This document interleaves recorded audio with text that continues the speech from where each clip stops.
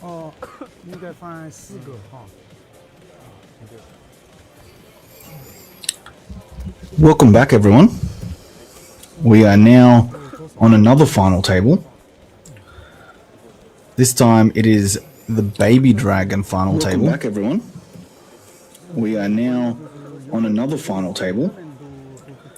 Got a 30-minute delay as usual. It is the Baby Dragon final table. Down to our final 8 players. We are now on another final table. Got a 30-minute delay as usual. It is the Baby Dragon final table. Down to our final 8 players. We are now on another final table. Got a 30-minute delay as usual. The Baby Dragon final table. Down to our final 8 players. Shushu on another final table. Moves. Got a 30-minute delay as usual. Looks like all in under the gun. 1, 8, Shushu for about 6 picks. No, just raised $1 million, leaving 600 kind behind. However, we have a player here with kings. 6 picks. No, just raised $1 million, leaving 600 kind behind. However, who moves in?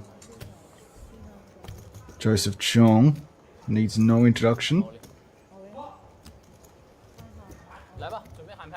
And then another one with queens. Wow, what a first hand for us to come to this table.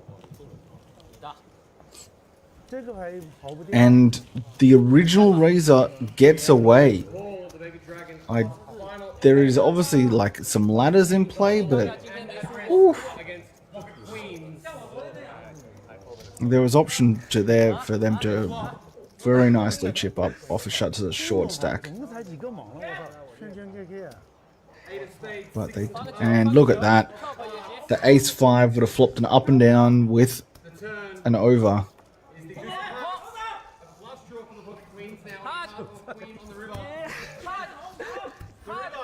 We may not lose anyone. The ace, and we would have chipped up significantly for the ace-5.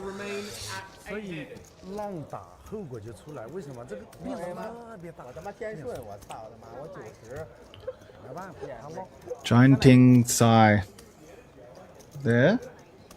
Enough. And Shishu going down to 2.4 bigs.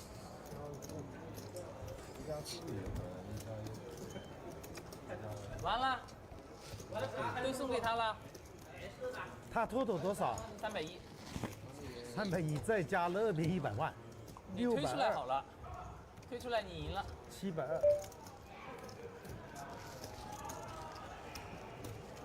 直接确不地带了吧，这个小菜。是啊，所以这个牌就是。What an action hand! First hand back. 真是的，说来也不好说。经验严重不足。我们越南同学不叫第5区的，你到时候看。AK 好打一期这个。AK 我也会去。AK 也能。说浪打一期的，不是这么打的。lit。知道是有帽子肯定来了。Shishu under the gun now with only 2 and like 2.4 bigs now. After they would have won that last hand as well.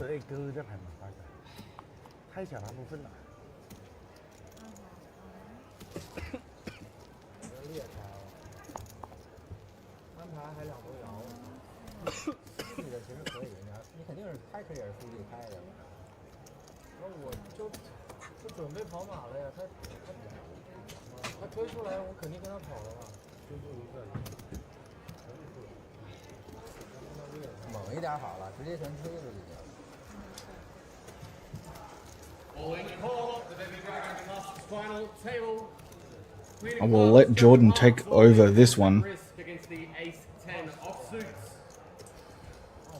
Let's see the flop, please, dealer.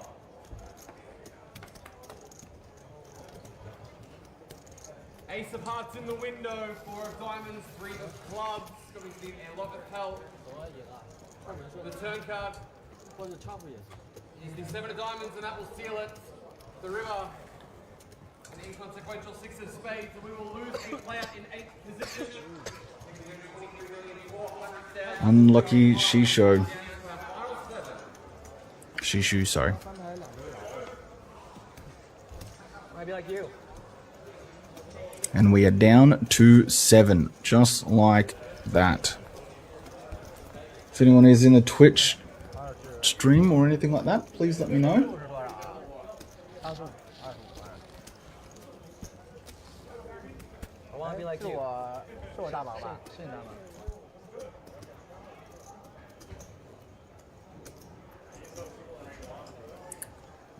These are very similar payouts to the last tournament that we were just doing because of that huge amount of runners that we had in this tournament. There was over 700 runners in this.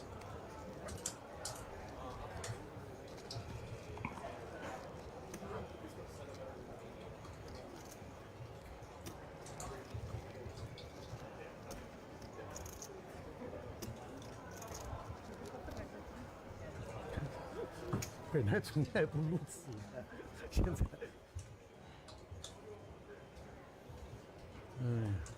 打得真好。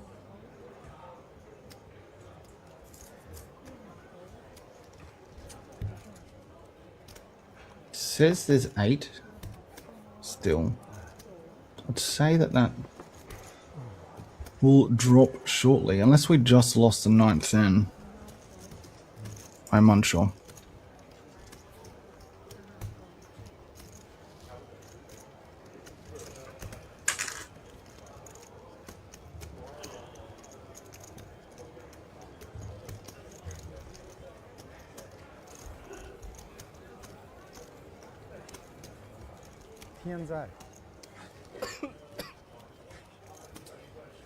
No, yeah, so we did lose 8th, so we're down to 7 with another shorty with only 9 bigs.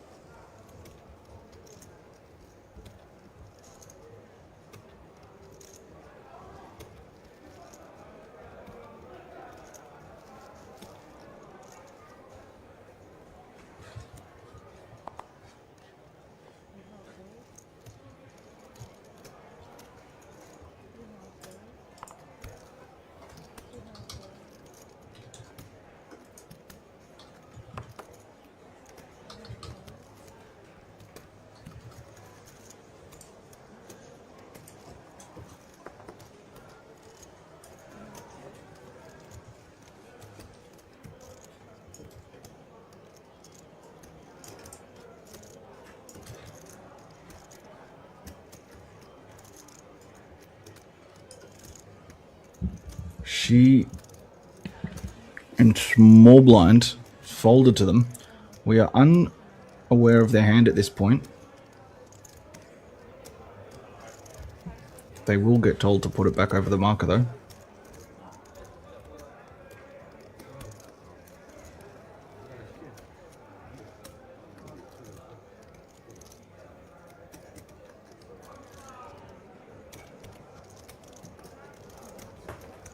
And they both have the same hand. How sneaky. Which one will win this despite having the same hand? They both flop a gutter. Both do not have backdoor flush draws. 好输一把了，赔出去300万，290。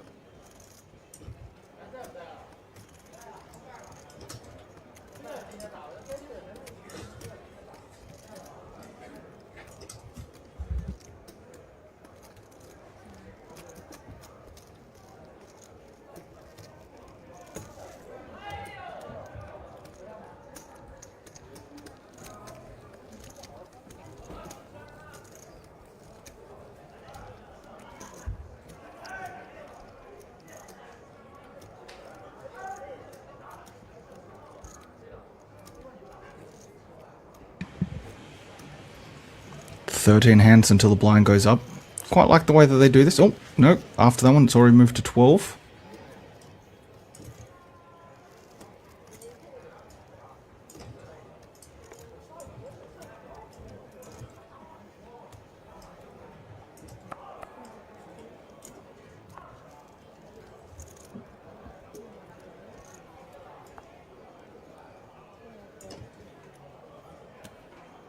There is going to be a lot of ICM at work here with laddering. They're already looking at a very, very nice payday, these 7. Next is getting a minimum of 30 million won.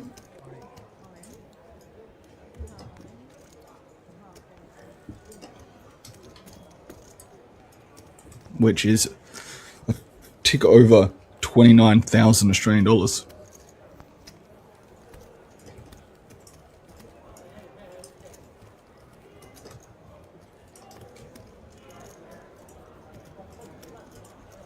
If anyone needs these in chat, please do let me know. 他3把 all in 我 A4 接，对不对？哎，小蔡，你打得真好。我不是说，你3把真有水平，一般人推不出来。这是业绩好，不，你3把一般人推不出来，就体现你水平，你真的是不是勇气，他这个真打的，他没选择这牌，真打的好。因为你这个啊，25，再拿一个，真打得好，那是牌，因为你没选择，不能守那个牌。 就命中注定嘛，我觉得，所以说我当时正常的玩家我是不call这个牌，因为你水平太高，所以我要call。水平太高的人 all in 的出来，可能90%要 all in 的这个牌，我他妈 A4 大到天上去了。一般玩家我不call的 A4 我神经病我去call。所以有了这牌了，你这牌就不奇怪。你要不要？ 因为为什么呢？打牌本来就是有一个命数一样的东西。Alright. King Jack lays it down, she lays it down from cutoff. 没办法，这是。Giant Ting with the 4-3 suited and 9 million in chips. We'll click this up. No, we'll flat. That is quite unexpected. Joseph Cheong, though, does not need a second invitation to pick up some extra chips. Thank you for the extra big blind, says Joseph. Really appreciate it.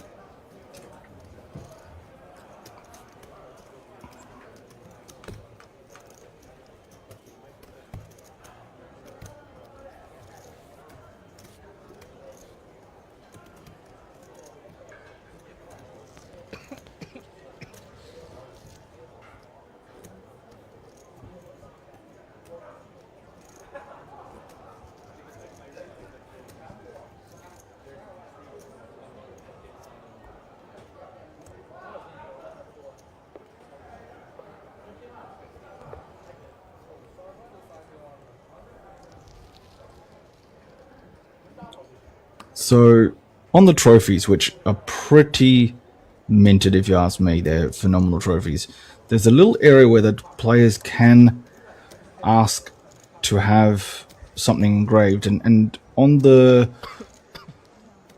Prestige High Roller that we just finished up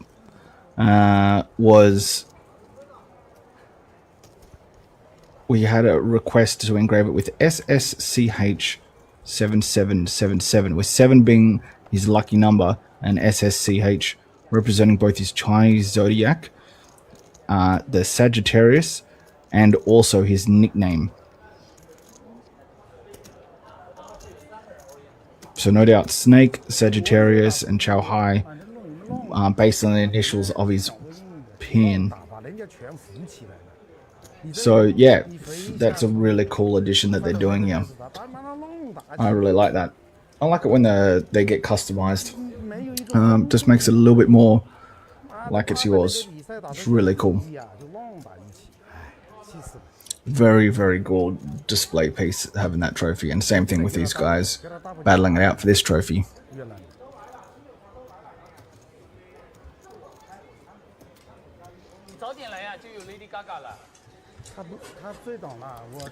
They're looking for Lady Gaga's, which we know are the queens.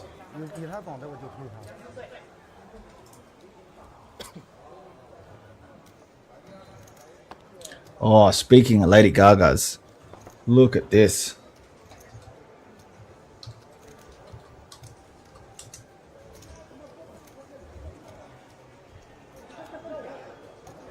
Shi Yang Lai.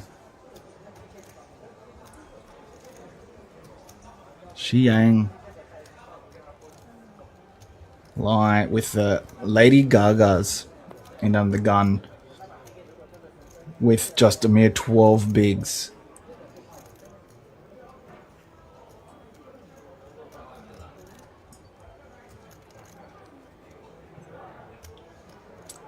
And then Zhou Zhong with the King Queen O.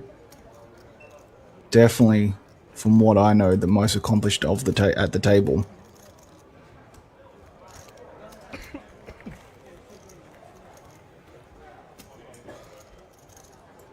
Also lets it go.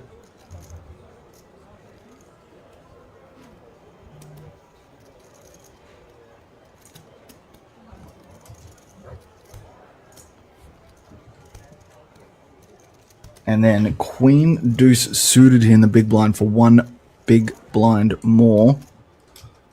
Would not, but when you've only got 10 big blinds, it is a lot of your stack.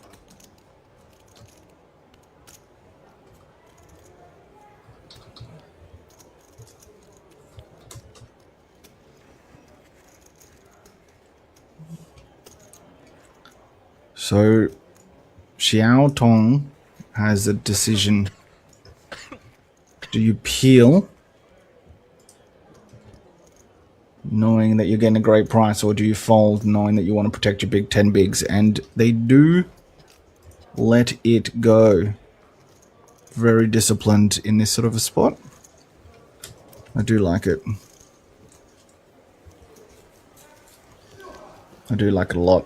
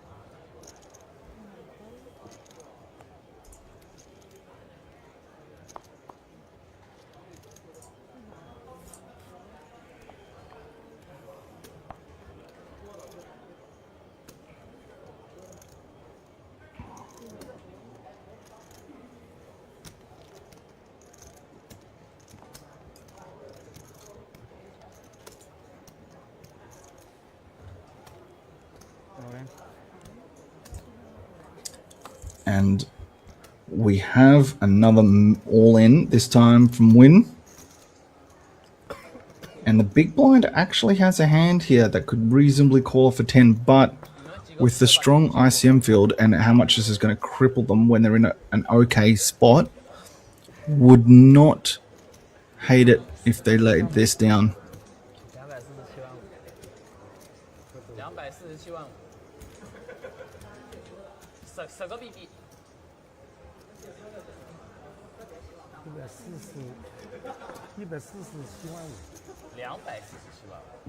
Oh, 247万，我操，他也200多万了，我操，真不好打，这么快，一不小心给他大波了就麻烦了，跟你说，很容易就上去了。你以为见他大波下真麻烦？他，这把你想方把他大王抢下来的话，就把他推我这样。不一定能抢下来，你哪知道？我这个推上去，他最挡，哎呦呦，他最挡，他没有 ICM，他特别会打。你看他进直播了，你们拉个什么十圈杂牌强缺不地的莽，哪有这样的打牌的嘞？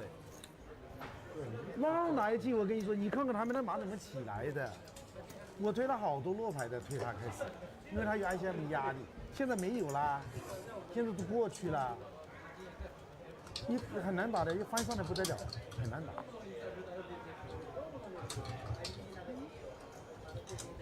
Our chip leader seems to want to do something with his 3 deuce, but has put it in the bin. Ace Queen Now I'll be interested to see how they play this one. Wouldn't be surprised if it's just a click.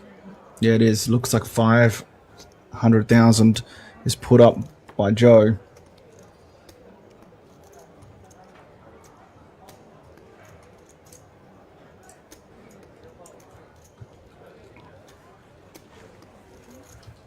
Luis，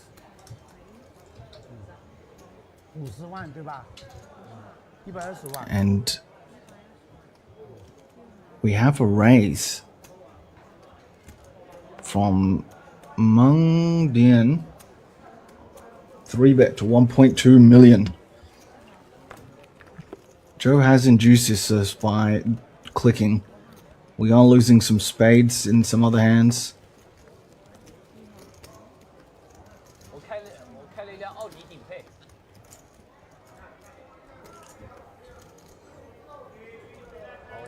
But I don't imagine Joe is going to fold a hand as strong as this. All in for 3 million.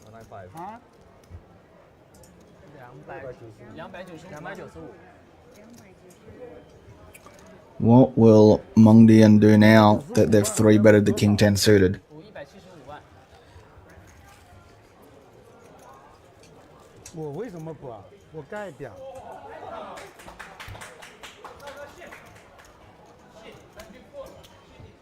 And does make the fold.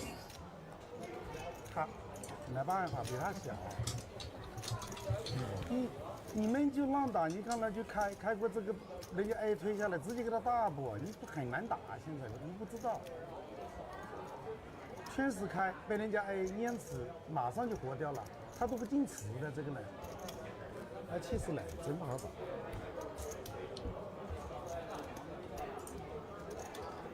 现在500万了，500多了。就是本身就是这样的，我其实我不应该3P的，我就慢慢好好算了，我懒得打。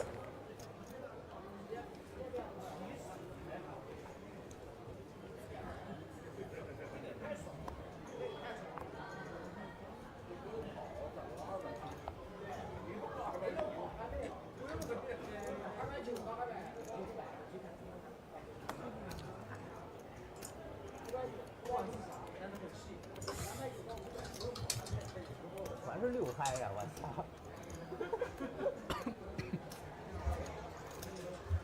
你来。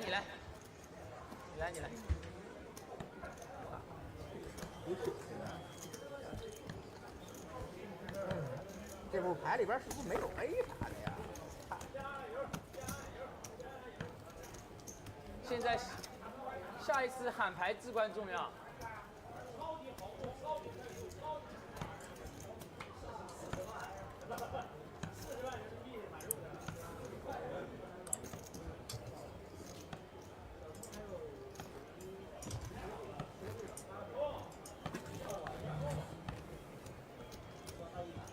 9点几？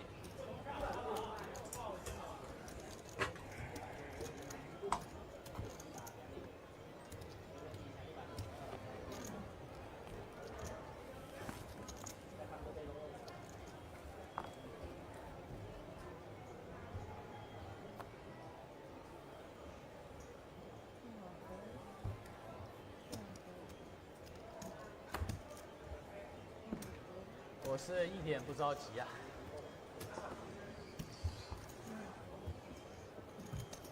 管点事儿也8嗨了，再差2把就涨上去了。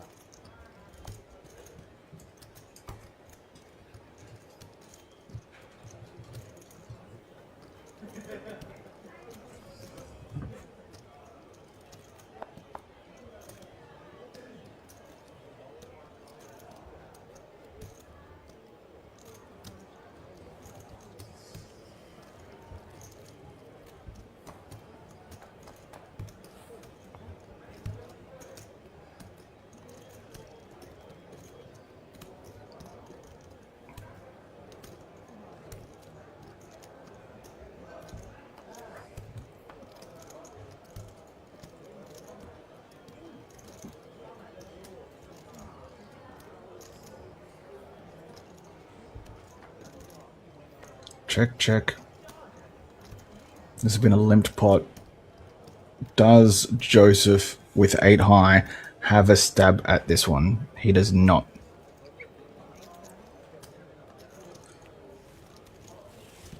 So this is basically a 2,000 Australian buy-in, and they're playing for 240k. That is pretty sick.25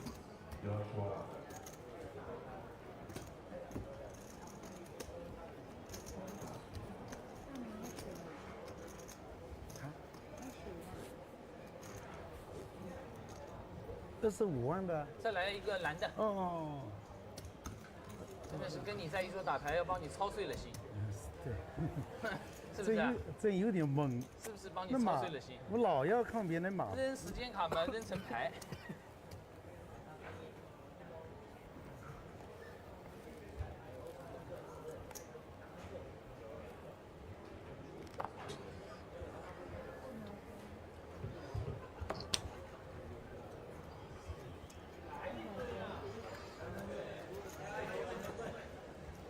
This is insane. These payouts.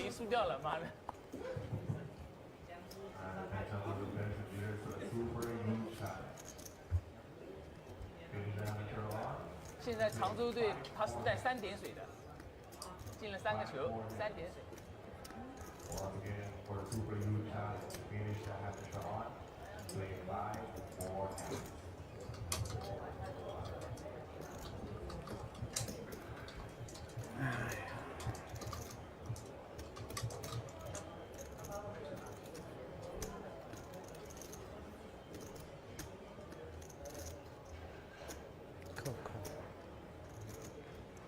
靠！你是啥？我抛的。你就是可以。你怎么这么谦虚啊？不应该开迟的吗你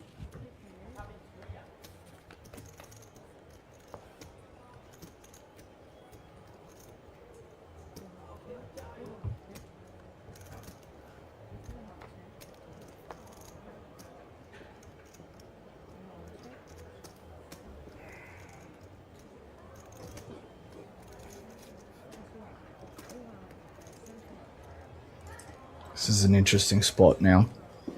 We've had limp call, then big blinds let out on the turn after checking around with second pair. Gianting flats.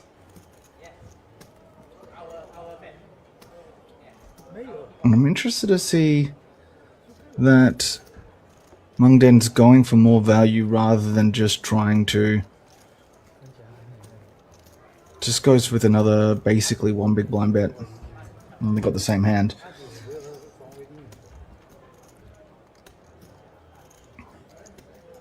No， 哦，89，两个人都是89啊。我以为他是88了。圈圈跑 KK， 输了300万，没了。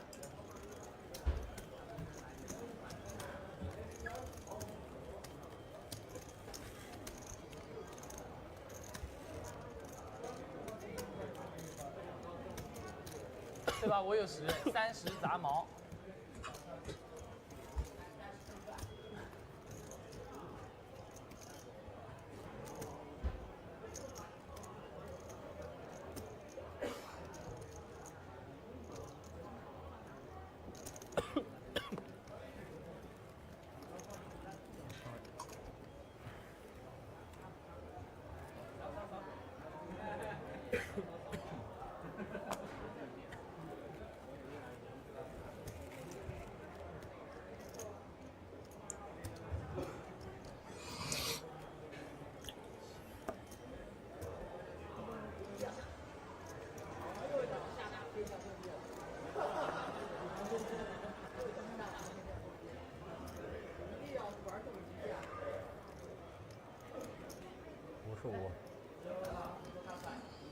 Alright, she with the Lady Gagas. Lady Gagas.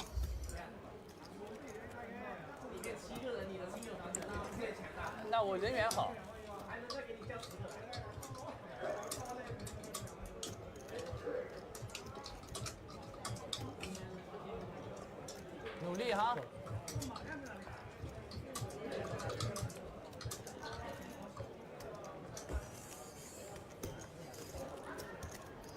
We have seen Meng Dian go for the 3-bet with the King 10 suited before, but this time, if again punished in the last one, just lets it go, and Queens take it down with the Ming click.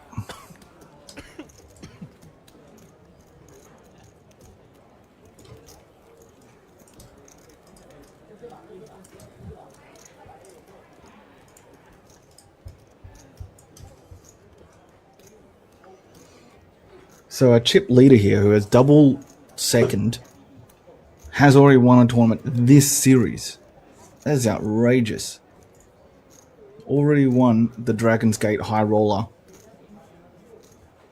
for 100 million Korean won, which is about 67k. Has previously won their championship event in November for 174k Australian.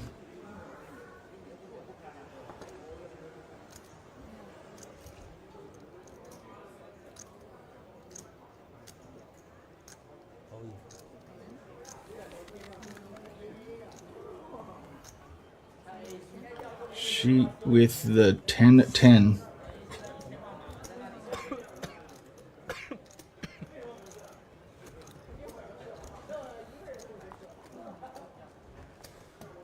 我操！没人全弃了，我赢了！扣！那个你哎，他这个你这个是 foul 了。Oh man, they're getting a ruling on this.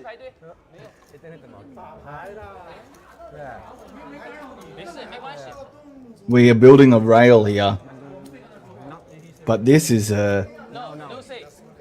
Just shoot aces. Ông kia lịch sự đi.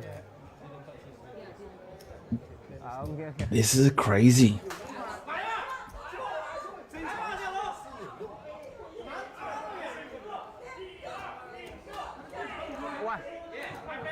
Ten for Justin? Pocket aces, all in and at risk against pocket tens. Has done the right thing. Zhao Tong has shown the cards and had a bit of elaboration. There is some rail here though.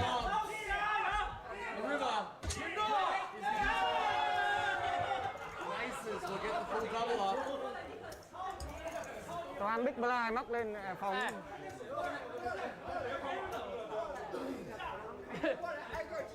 不是，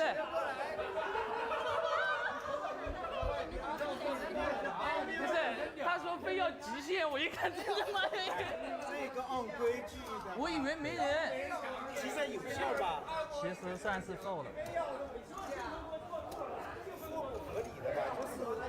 You almost folded. 没影响第三人，但是如果要追究的话，没关系，没有碰到弃牌堆，没有碰到那个牌里面，没关系。没事的这个。秀出来就看得到，然后你要他没影响。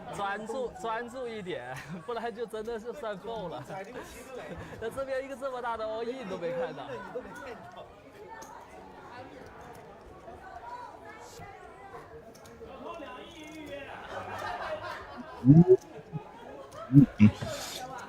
There was a bit of a mistake from the player, but crazy scenes, so short. One waking up with tens, one waking up with aces.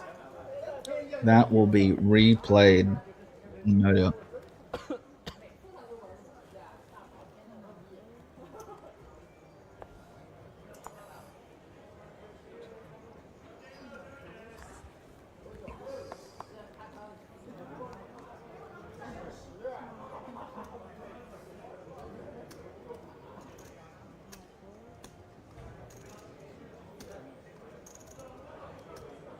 Blinds are going to be up next hand, going up to 150, 300.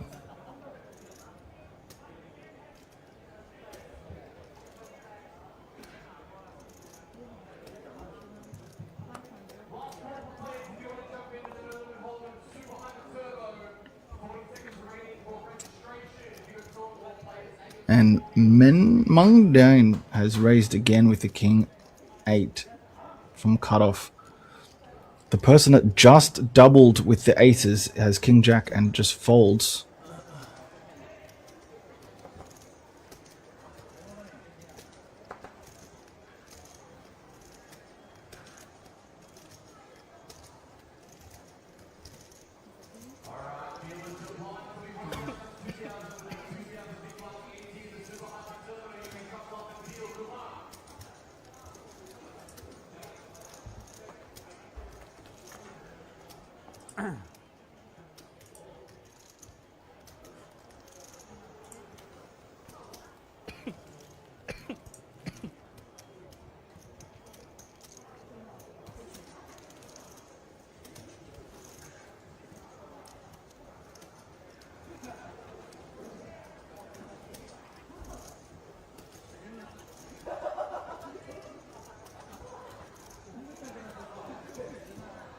我根本没看见他 open。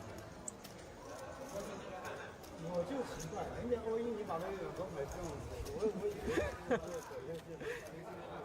他们说我这把要抓 AA 了，一抓真的黑。Plays in the Baby Dragon, your blinds are now 150,000, 300,000 with a 300,000 big blind ante. This end. 啊，30，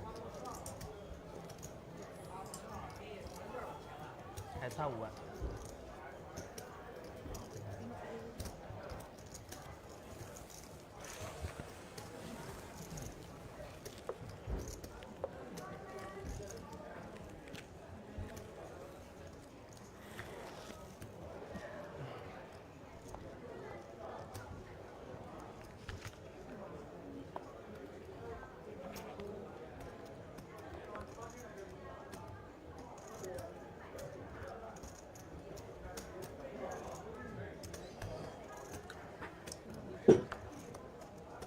交给你了。来吧，我肯定也不看了。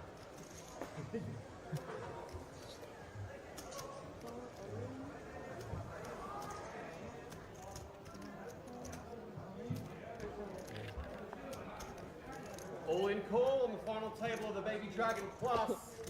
Jack of clubs, 7 of hearts is all in. Alright, 2 bigs. Against the 10 Shili, clubs. a little bit dejected after losing that Flop, please. last one. Queen of clubs, Jack of spades, King of clubs. That is a flop. 10-8, despite having 2 unders to the pair, has double gutter and flush draw. Straight on the end of the 10-8. And we lose Shili. Position, cashing for 30,000, 30 million, 10,001. With that, we are down to 6. And we are down to 6.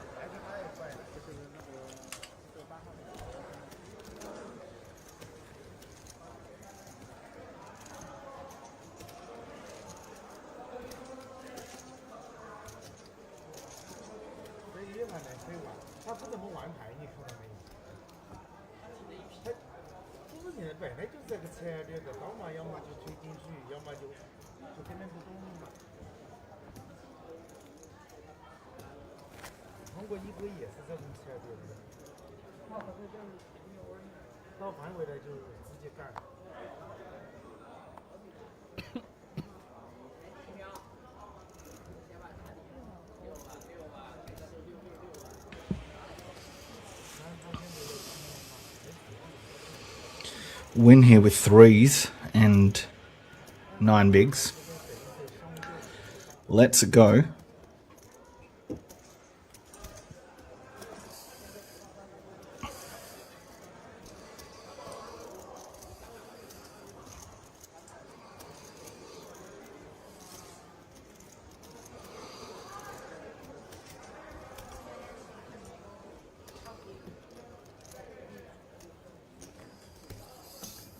Alright, chip leader Looks like they just get a walk, which is completely understandable.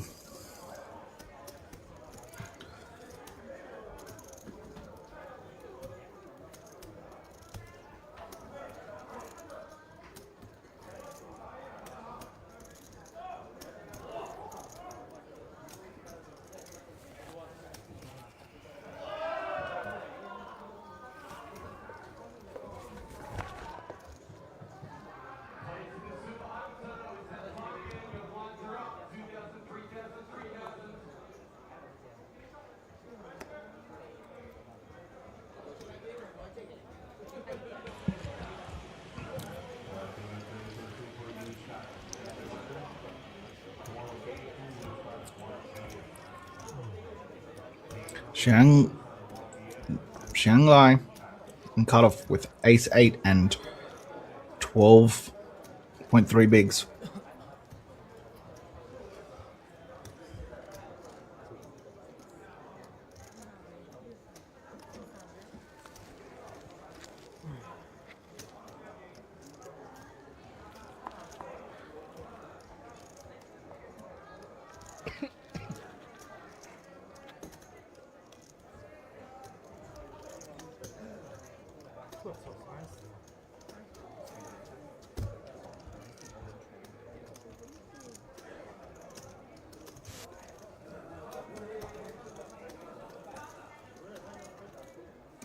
I'm not sure how much I like them. Probably just go for the all-in with 12 bigs.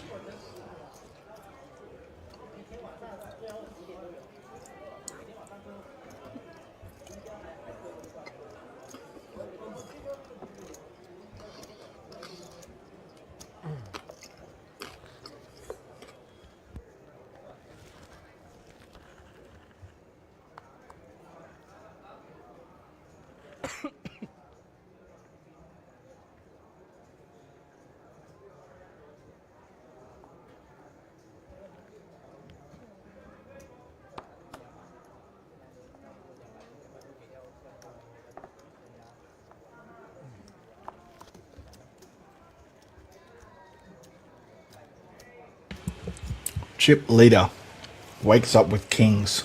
Now, they have limped a few hands, and they elect to do the same. Or, didn't matter what was happening this hand. Whether it limped, whether it clicked.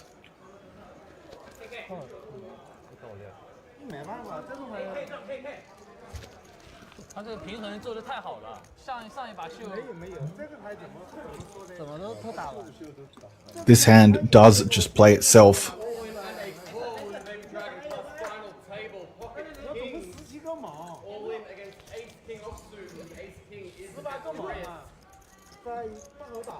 The flop.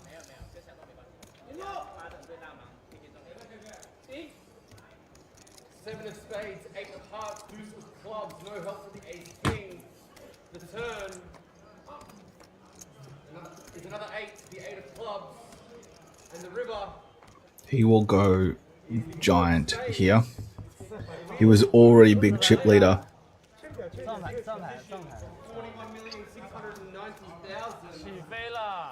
He goes to 15 million.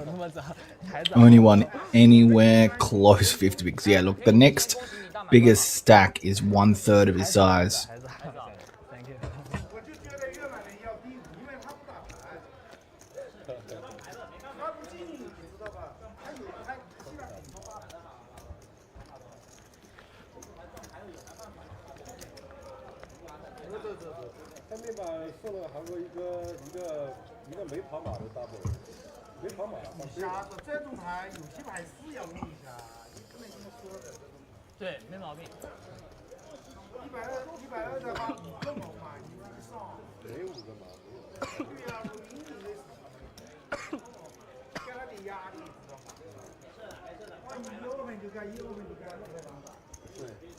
Definitely not the level of celebration from him, but I'm expecting the guy that celebrated with the aces to have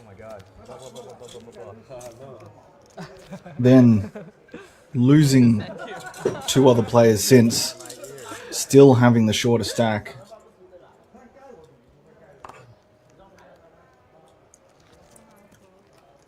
That player right there, getting some ladders. Well, they still made themselves 39,000 Australian, 41 million Korean won.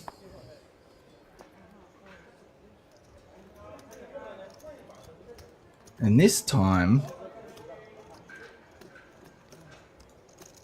Giant Ting goes all in from cutoff with his giant stack, and they can probably, I'll be impressed if they do make this adjustment, and they can almost do this with almost any hand now, and just relentlessly punish these guys with the others not wanting to bust before each other with them so similar, and especially a couple of shorties. They can really just go pedal to the metal, foot down, full lead foot.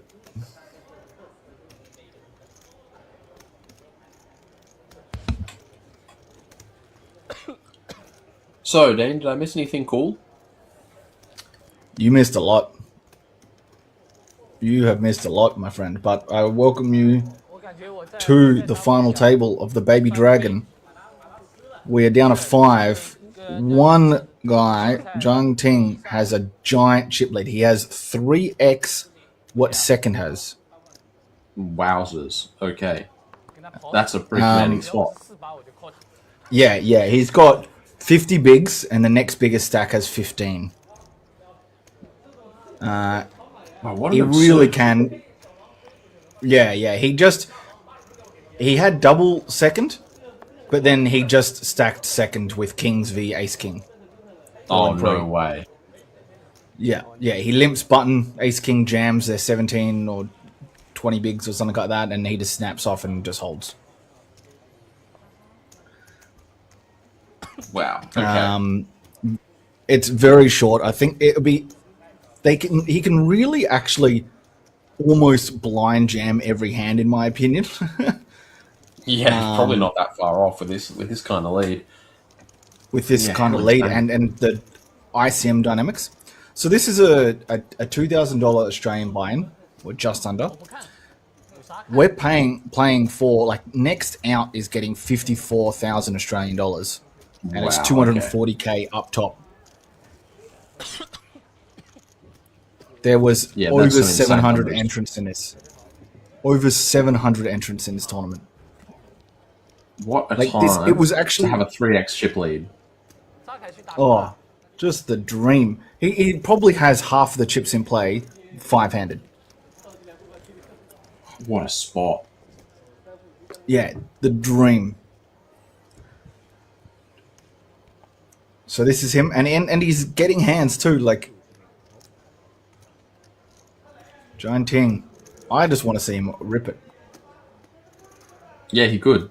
He could just grab a handful of the biggest chips and just drop him in there and ask, "What are you guys going to do about this?" Yeah. There was a funny spot where this player in the shirt, Xiao Tong, another player jammed, and they were very, very short. As you can see, they've only got like 13 bigs now, but they were down to like 5 bigs. They show the crowd, they were in big blind, they show the crowd aces, and then in flicking them in, kind of flick them in face down. Oh, they had to call over the floor to decide whether it was a call or whether it was a fold. Oh no! And they allowed it to be a call. Yeah, it was an interesting spot. But then he went over and, it was like a football player celebrating a goal. Just getting the whole thing. And Giant Ting lets go of the ace jack. Yeah, wow. So as well as running, clearly playing out of his mind as well to get away from this for 13 bigs when you have half the chips in the tournament. Yeah. Yeah, this guy's going to be tough to run down. when you can have the guy pipped and still can't get chips out of him, and there's so many of them that you need to get out of him. Yeah, that's a mountain to climb. Mm-hmm. And this is obviously Joseph Cheong, very well-known player. Team pro for Phenom Poker.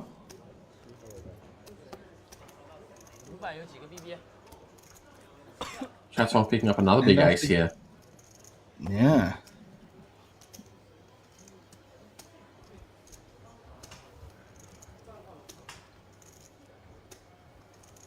$16 bigs.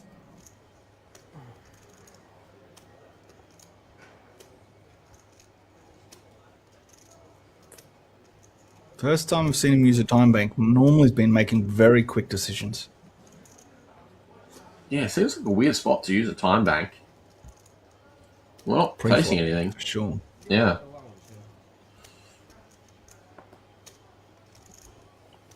Raises to 6-2-5.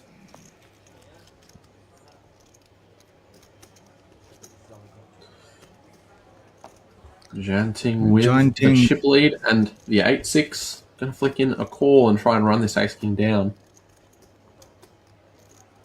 And does. Off to a pretty good start. Yeah. Yeah, this guy is going to be tough to beat.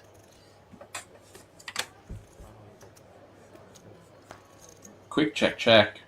Repeat 4 not going to change anything, but does leave the board looking pretty safe for the ace king. Might look safe enough to pay a turn bet here. It's not particularly expensive as far as turn bets go, only about 1/3 pot.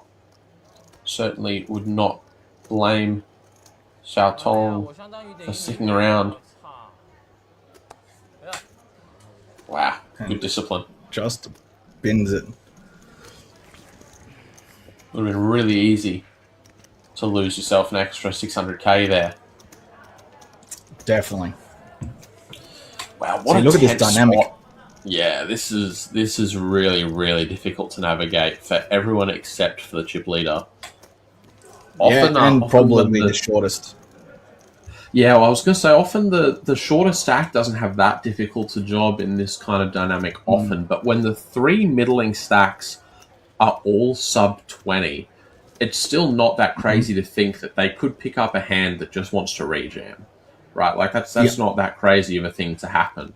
So, normally, as the shortest, you know that everyone's just kind of going to be outweighting you. But 3 rejam stacks, they're not going to be out of the weight all day. Certainly going to be able to find yourself a pay jump or 2 if you just sit back, pick your spots a little bit carefully. Of course, off 6 bigs, you can only be so patient. Yeah, finding where that line is between risk and reward. It's not easy to do, especially when the amount of money that we're playing for is extremely significant.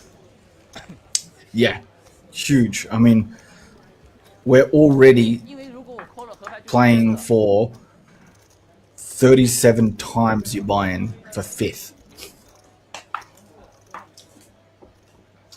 It's 120 times your buy-in for 1st.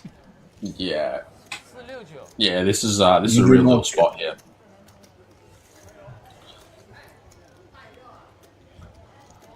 It's actually very similar payouts to the tournament we just did, yet that tournament was 4x the buy-in. Yeah. The payouts are extremely there's a lot of money at stake. Yeah. Yeah. It's just 746 runners. That's what does it.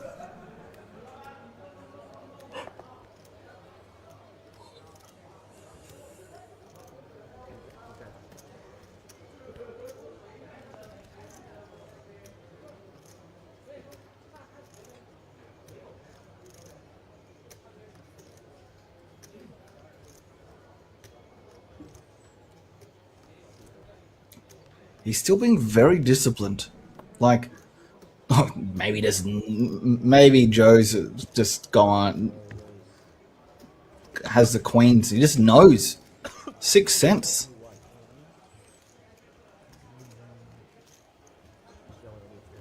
And King Deuce for the shorty. Yeah. Lady Gaga v King Deuce. This Lady Gaga's been doing the rounds and doing well. It was an absolute monster of a hand throughout the Prestige High Roller. We saw queens involved in a lot of key pots, and from memory, they seem to be doing a pretty good job of holding. We'll see if they can continue to do so here. Yeah, we saw queens lose earlier, but it was to king, so it wasn't one that were actually needing to hold. Sure. 5 or an ace or a 6 keeps this a little spicy, or a heart.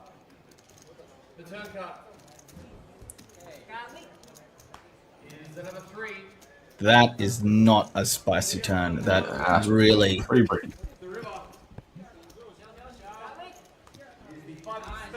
5. And we are down 2-4. Enjoy your 57 million Korean won there, sir. Yeah, beautiful run from Tiantan Win. 5th place out of 746 is not a bad effort at all. Still, even after picking up that all-in, just second on the leaderboard, but absolutely miles away from our overwhelming chip leader.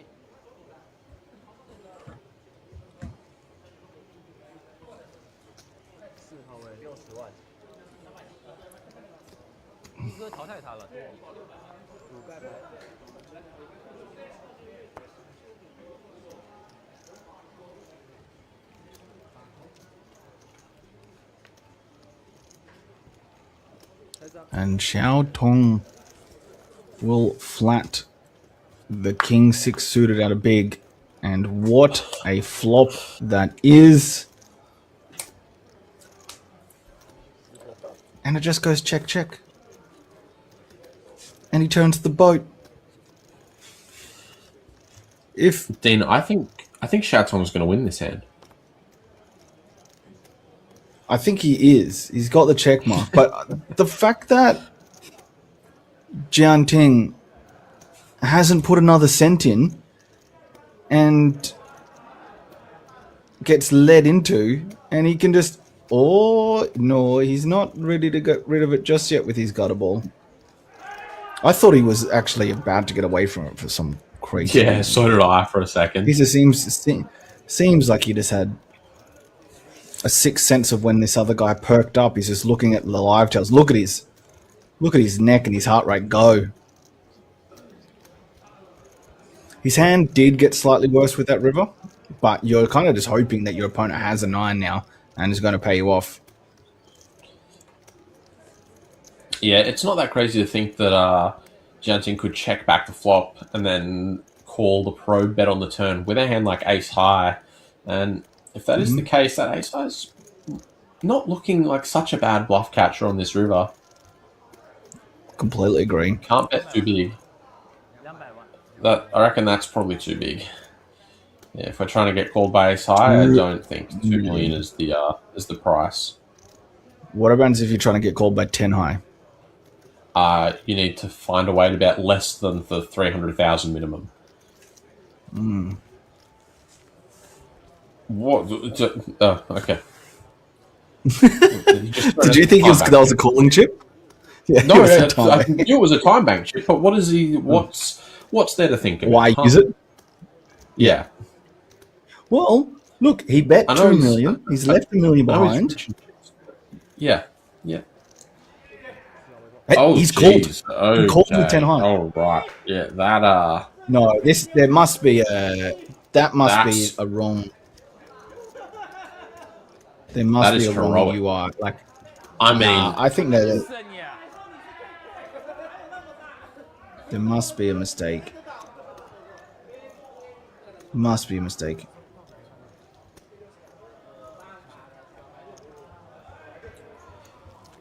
Surely did not call off there with 10 high.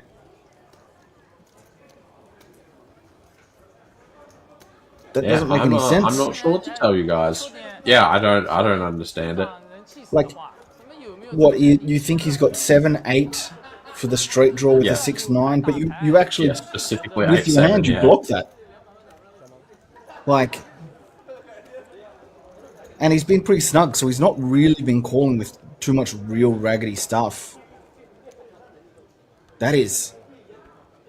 I mean, all that shows me, Corey, is you have no idea what you're talking about. You don't think that you were going to get called by 8 high betting 2 million. You got called by 10 high. Yeah, you're right. You're right. Good read, Corey. You really nailed that one. What are they? Who did they bring you on for? No idea. Yeah, that one's got me scratching my head. This is the biggest red negative review for implied odds poker training you've ever seen in your life.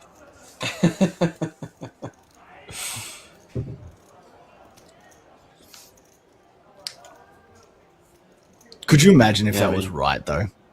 Oh, I mean, I'd just sign out. That's me for the day, guys. Too good for me, guys. Yeah, the poker's going to speak for itself, clearly. There's not much I can add to that. All right, small blind into the giant chip leader with 12.3 bigs. Launches. Yeah, good shove. Gets it through. And wins 2 bigs.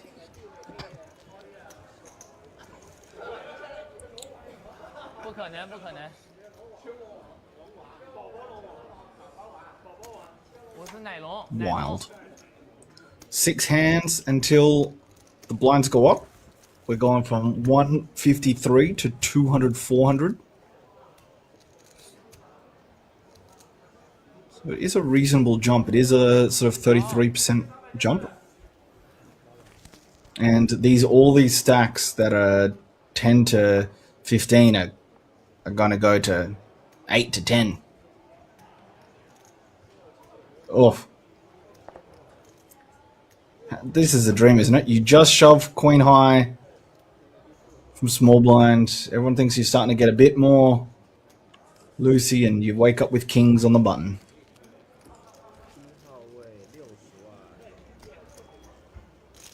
Alex to go to 2 bigs off his 15 bigs. And unlucky for him, no one really has anything.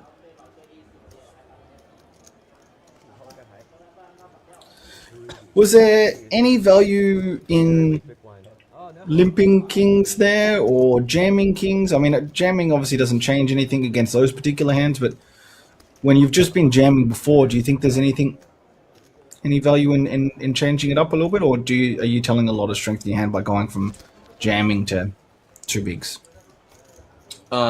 Yeah, I mean, we just want to consider basically how many other hands will want to take this particular line.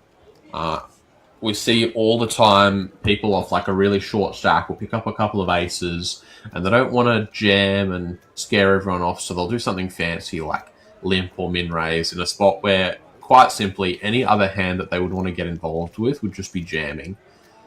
So it's important to look at the spot and consider your strategy as a whole and think, is there hands that would want to min raise here?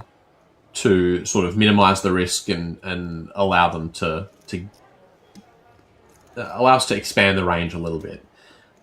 If we aren't going to have hands like that, if we don't want to build our strategy that way, then we probably just want to keep it simple and jam even with our monsters. Mm-hmm. And he limps the king 6, and Joseph rips it in with the exact same hand. But the suited version. Yeah. That's happened a couple of times now before you were there, where our chip leader just limped, cut off for button, and Joseph said, "Oh, thanks for the extra big blind," and just ripped it in. Joseph didn't find the one time that he did lip.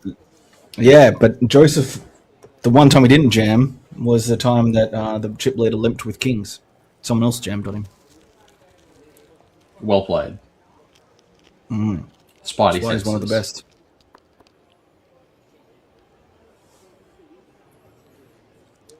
Joseph now looks like he's clearly in second.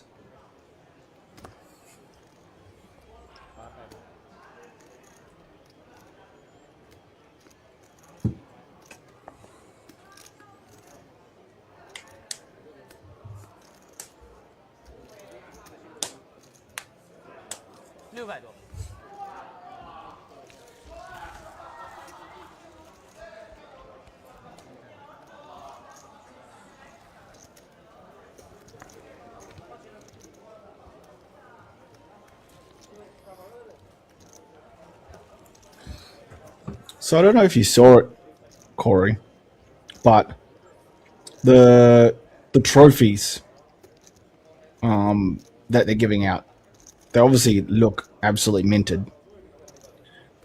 But they actually are enabling you to engrave something as the winner on the trophy. That's a very cool addition.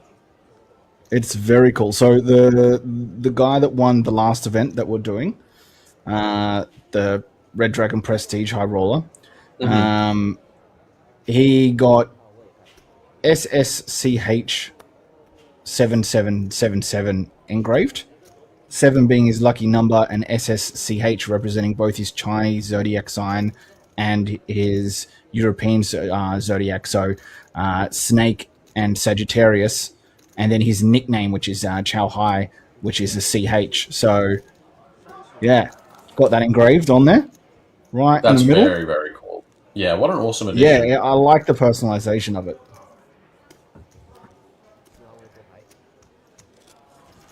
You can see why they felt it appropriate to add the plus after RDPT Definitely. For this series, because they really have plussed the experience here. It's and for the players, unique. Like this is all for the players. Oh yeah. Ooh. We have bottom pair versus the nuts. And just a chop.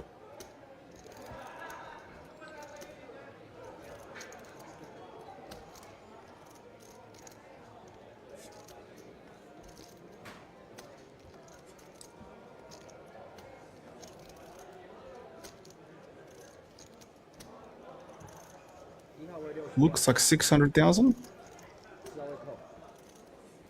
And gets called, and another one goes to someone other than the chip leader. Only a small one, but still. Those chips are starting to be redistributed. We've got a couple over 20 bigs, and Shanghai, our shortest stack, not far off the 20 big blind mark as well. These chip stacks have started to even out a little bit now. Definitely.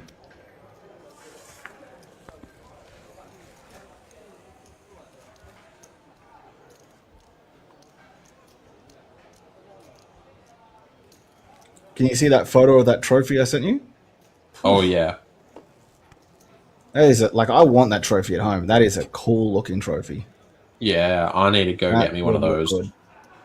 Oh, yeah. get implied odds engraved. That would be pretty cool.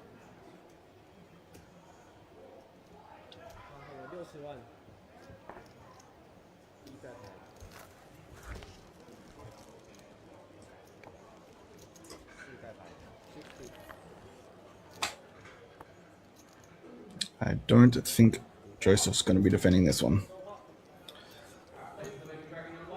Offsuit 4 high? Yeah, no thanks.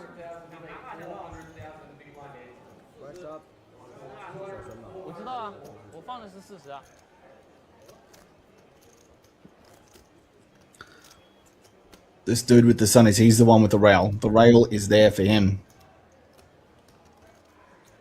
That's a dedicated rail because I mean we are passing 1 a.m. local time at this point. These guys are there for their boy.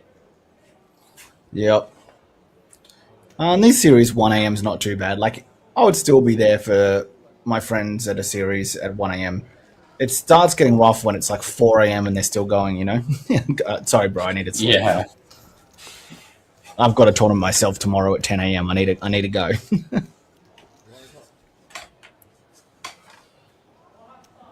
Yeah, certainly not impossible for us to start pushing that point, especially if these guys are able to continue running down the chip leader. Lines have ticked up now to 200k, 400k. That certainly could get things moving along. Joseph continues, furthers his lead in his hand. That's the word I was looking for. Yes, yes. But Jiao Tong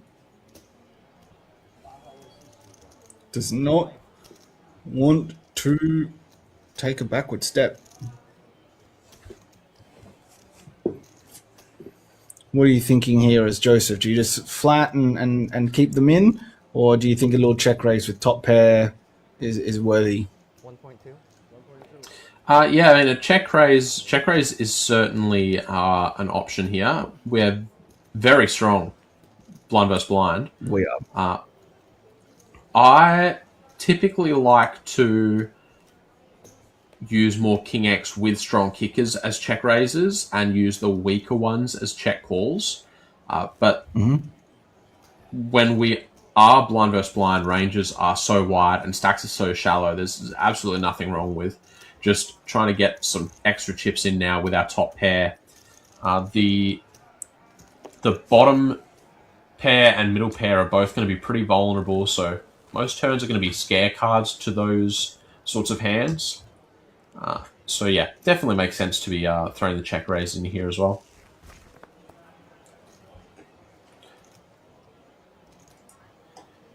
Joseph, clear second place in the chip counts now, and with the ace-10 suited, he's going to try and close that gap between him and the chip leader even further. Going to start with a raise to 800k. Zhang Wei in the big blind, King 6 off suit.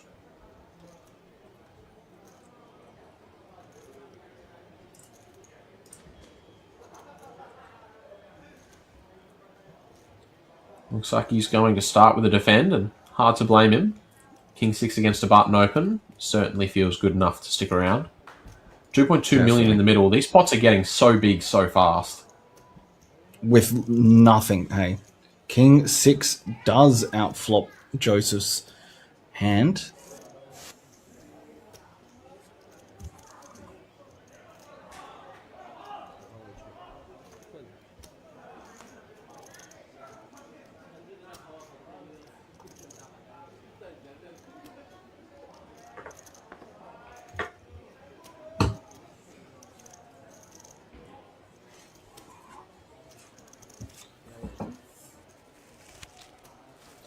Going to check a second time here.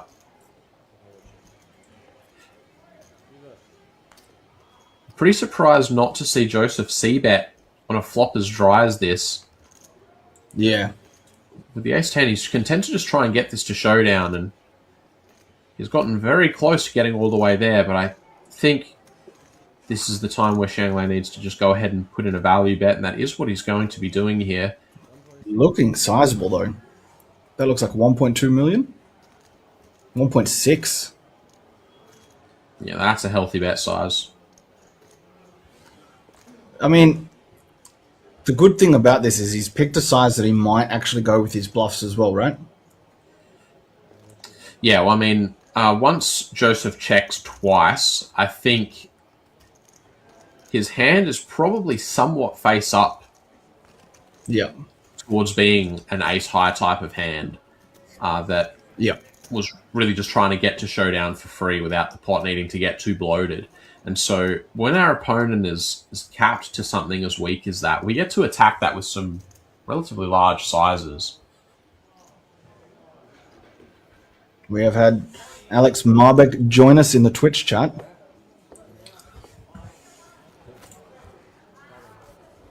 Jack of clubs for life. He is a big fan of that card. Well, Joseph is going to wield said Jack of clubs here. Fire in the min range once again.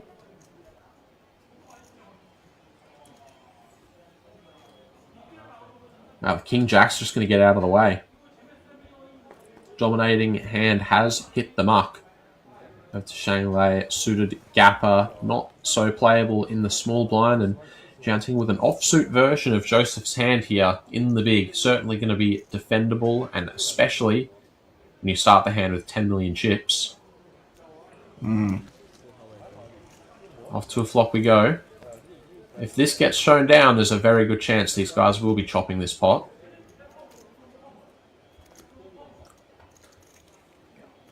King Jack would have taken a commanding spot in this flop, but decided to play very snug. I have a feeling like this is just going to take it down with this C-bet from Joe. Yeah, just some not so impressive backdoors for Jianting's Jack 10 offsuit here. He will relinquish. Joseph will get his opponent off of the chop. And the gap between Joseph and our chip leader has shrunk dramatically. Just 5 bigs separates the two now, and all of a sudden this really is anyone's game. Xiao Tong with our shortest stack is 1 double up away from having a sizable chip lead. Yeah. And he was one of the shortest when we started this funnel table, 8-handed, and then picking up the aces versus 10s. Has done very well to ladder at least 4 positions.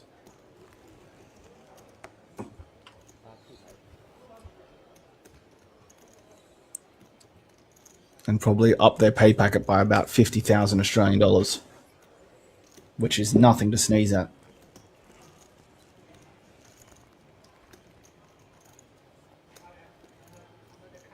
Close to Corey's buy-ins for that APL Millions. Basically be free rolling at this point. That's an expensive series, that one. Especially when you run as bad as you do. Yeah, that series has not treated me well the last couple of years. Not at all. I'm due, right? That's how it works. This year's going to be a good year. Definitely. Multiple trophies, not just one, multiple. I'll take it. Power poker from Joseph. Facing the limp from the chip leader. He is not scared whatsoever. Going to send it in with the deuces, and he's going to take down one hand.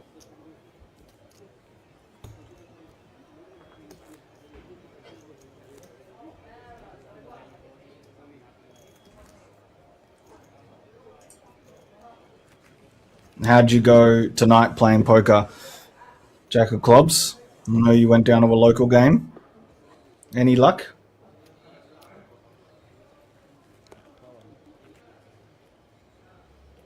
Not quite the buy-in or the payouts that this is, but bubbled final table. That's not ideal, mate. It's not the plan. All 3 bad. All 3 bad cards. 哎，刚才他开 open， 我勾 KO， 我想射，一发1K 可以射吧？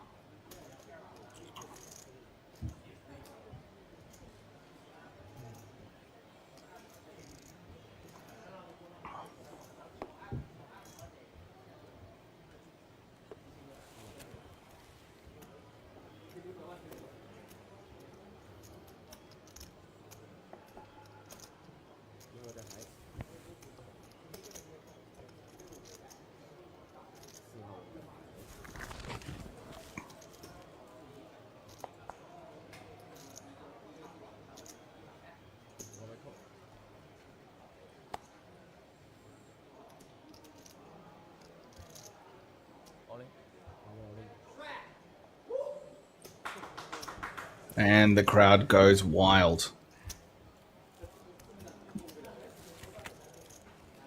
Yeah, woo. You don't need to add it to it. The actual rail loves this guy. Those claps, those cheers. Xiao Tong is well liked on this rail. Only one that actually has a rail at this point. 11 hands to go until the blinds are up.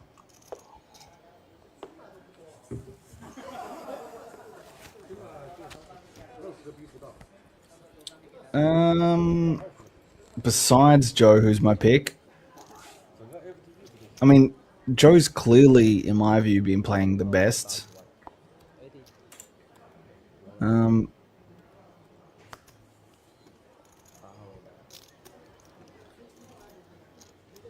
This player here, Shang Lai, has also been playing pretty snug, but it's hard to go past the person with an overwhelming chip lead. But if I was to say anyone, I think the way that Joe is playing, he's now being second. I think he's the most likely to actually take this out. And yes, the blinds go up based off hand count. So every 25 hands, the blinds go up. Stops anyone stalling for blinds to be able to go up on someone's when someone that's shorter is under the gun and all that sort of stuff, and just stops any sort of ability to do any angles. Only at final table. Prior to the final table, they were doing 40-minute levels.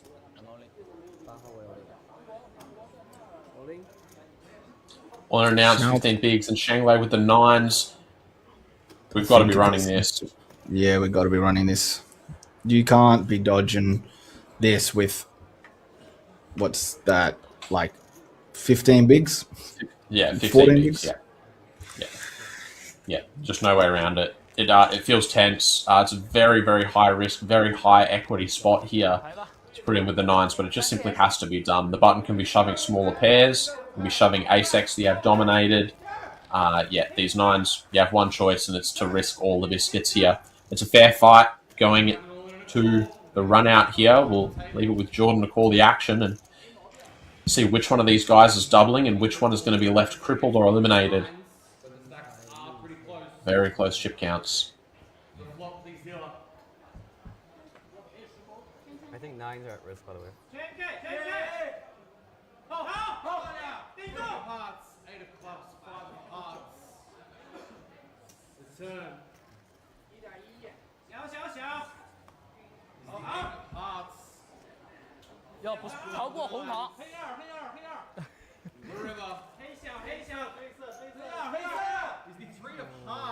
Flush on the river. Wow, that is a brutal way for that to run out. That 9 of hearts going to save the day. We will get a quick confirmation of the chip counts, but if our graphics are spot on here, we are going to have one very crippled player, but we will remain four-handed for the moment. 5.825. It's 5.825. I think they're going to have 200 to 300,000 left. No, we don't. Confirmation that it was actually the topic 9 who were at risk, so we remain four-handed.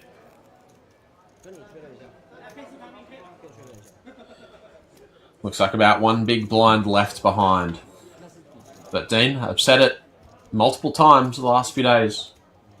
Never give up. Unless you have one big blind left behind. Yeah, no, I don't. Still never give up. It's actually one thing that's mind-blowing is when you plug chip distributions like this into an ICM calculator and you see how much money that 0.8 big blinds is actually worth. It's pretty surprising to see the amount of equity that still sticks around, even in such a small stack. Yeah. This also really caps the other two that are covered, because you do not want to bust before someone that has less than one big. Oh, definitely not. Yeah, coming fourth when there's a guy that's going to be forced all in next hand. Yeah, we don't want to be doing that. Queen, deuce. You going to play this with the most amount of equity because there's big blind ante, or are you going to let other people go a little crazy while you're in there? Yeah, I think we can just toss it in because of the big blind ante. I'm not sure if we play ante first or big blind first here at the Red Dragon, actually. That might make a difference here. If it's ante first, we just straight up have to put this queen deuce in. There's just no way around it. If it's big blind first, then at least if we fold and we are forced all in next hand, we can win 300k from each other player. Yeah. So, and he's actually ahead here. Get it in the head, yeah. Not far ahead, but he is ahead. Unless the jack of clubs comes. The 8. Can he go the back door, diamond, diamond? Nope.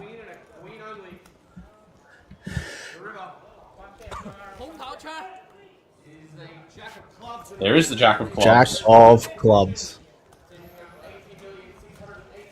We go down to 3. Podium is set. Just have to determine who gets what color medal. They are all taking home more than 100,000 Australian dollars. That was a $33,000 Australian flip, that King Queen versus Nines. That's a lot of money. That is so much equity. Oh, so much, and you flop top pair, and they go backdoor heart on you for 33 grand. Yeah, look, if it wasn't so late at night, it would be really difficult to sleep after that. Yeah. To be honest, when you're at this sort of stage playing for that money, I think it's still difficult to sleep because you're so wired, right? Oh yeah, the adrenaline is absolutely pumped and absolutely dumped. Yeah. All right. See you, Marbek. Thanks for tuning in for a little bit, mate.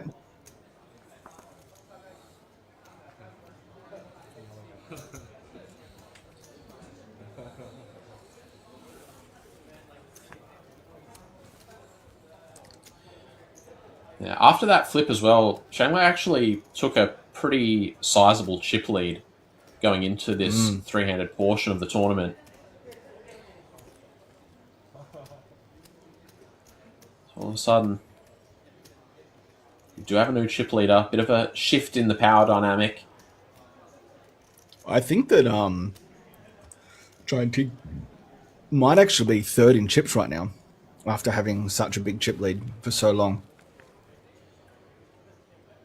Yeah, I mean, these blinds are moving quick. He had a couple of hero calls go awry. But I think he will be pretty close in chips with Joseph, whether he's got him slightly covered or is slightly covered himself. 8-3 offsuit, I know we're the chip leader and we feel like we get to push these guys around, but we're not that far ahead in chips that we get to play hands as weak as this. Yeah, this is certainly a bit too loose. And mate, Shameless going to get punished for it, I think. You're the one that just said always have heart, never give up, and then you tell him to give up straight away with 8-3. You are not double standards, is what I say. Yeah, well, now he just has to give up and be down 1.4 million chips instead. So, and he probably overtakes Joseph with that one. Yeah. I think he had him covered by like a couple of big blinds, but now he's basically a couple of big blinds off taking the chip lead back. Pretty even stacks, realistically speaking. It's one medium-sized pot for anyone to take the chip lead. Mm-hmm.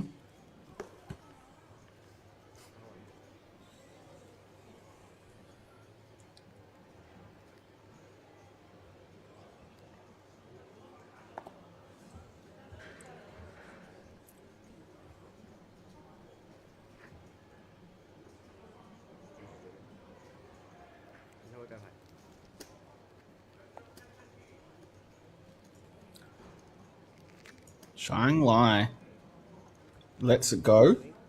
And now Zhang Ting with the threes all in the 10-7? No.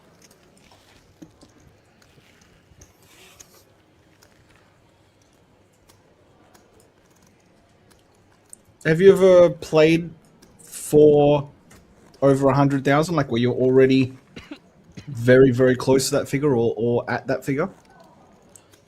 I've had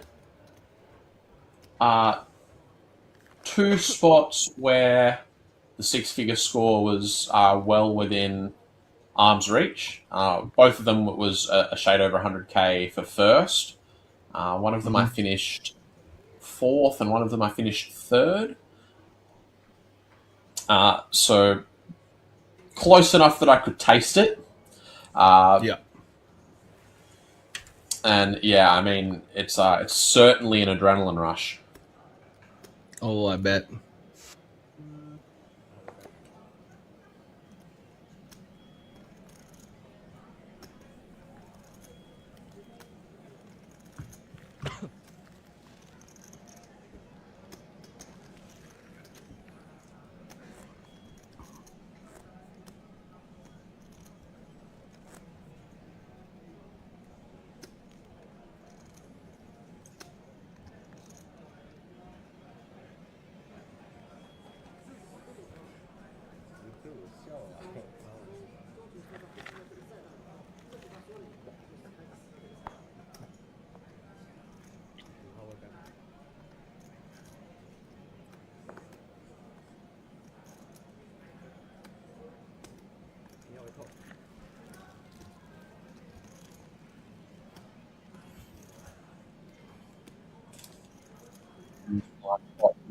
Yeah.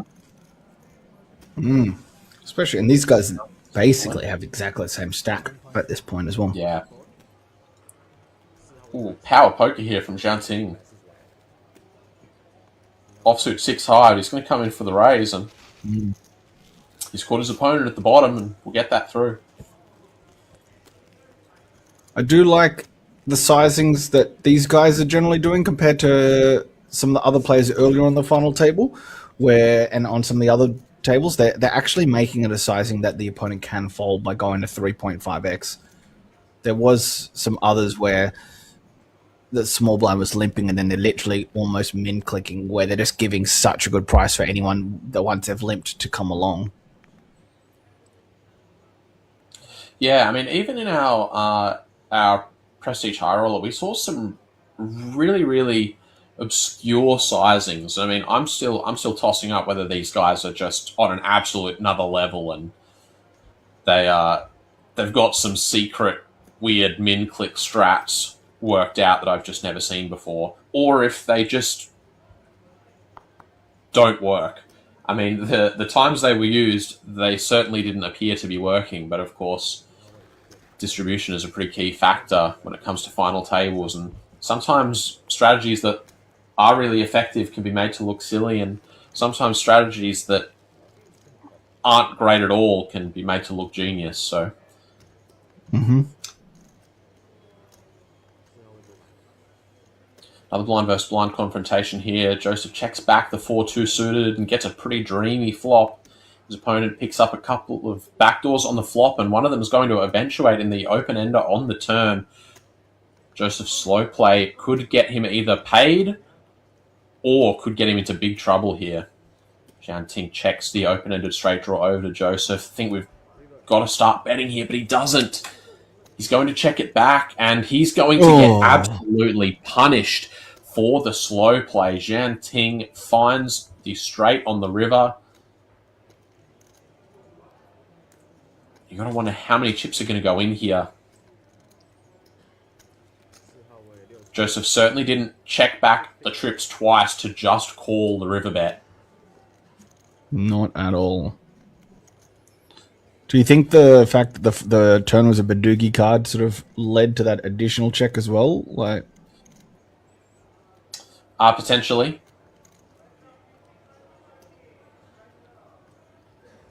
Yeah, the lack of flush draws on the turn certainly makes it a little bit more attractive of a time to go for a slow play.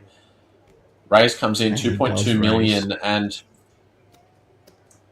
now the question is on Janting. Do you jam here and go for value from something like slow played trips, or are you going to be a little bit concerned about possibly running into the boat? I think for this stack size, blind versus blind, I think we might be able to go for the whole lot here with the straight. I think we can. I mean, what boats does he have that he continues to check back? Is it just purely like 4-9, 4-6, 4-5? I mean, definitely not going to have 9 6s or 5s with a check pre, right? All in announced. Yeah, I think just the thing 4 is, million.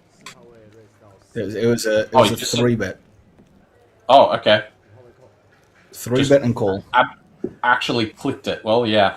Certainly going to be calling the click with the trips.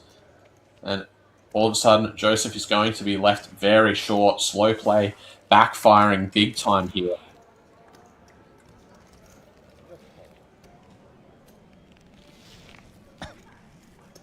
Five bigs.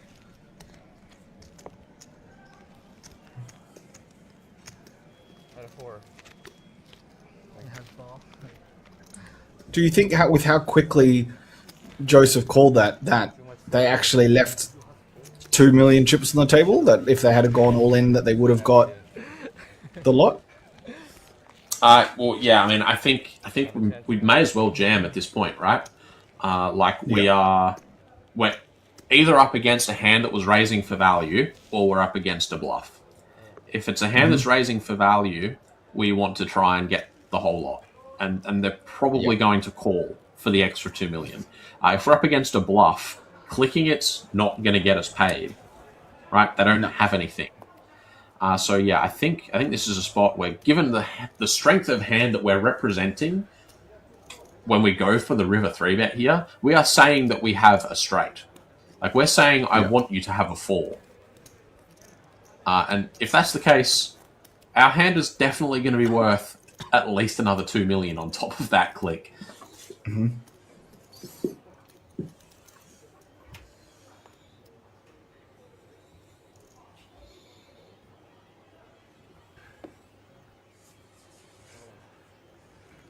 It's a little bit of that very cute that we've talked about before, right?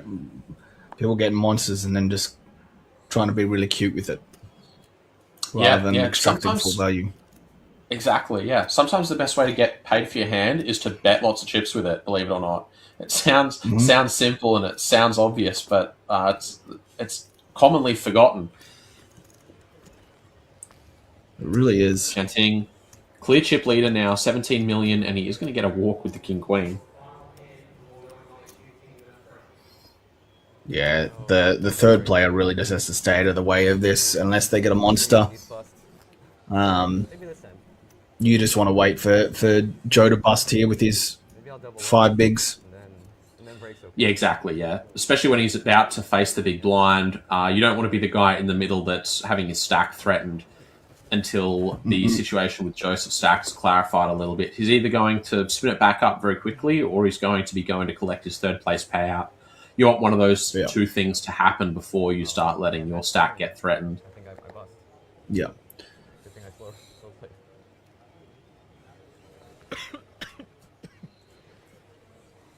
Because you can just, the other player can just exercise so much pressure on you right now if you do open this. Yeah, if you raise this King-7 here, and the player in the small blind jams without looking at their cards, you still just get destroyed. Yeah. He does limp, which is interesting. Yeah, I actually am a fan of this limp. Yeah. The idea is simply what I just mentioned. If we raise, we're just so easy to be attacked. So easy for our opponent to just punish us by coming over the top of it. When we limp, they're less incentivized to do that because there's not so much dead money out there.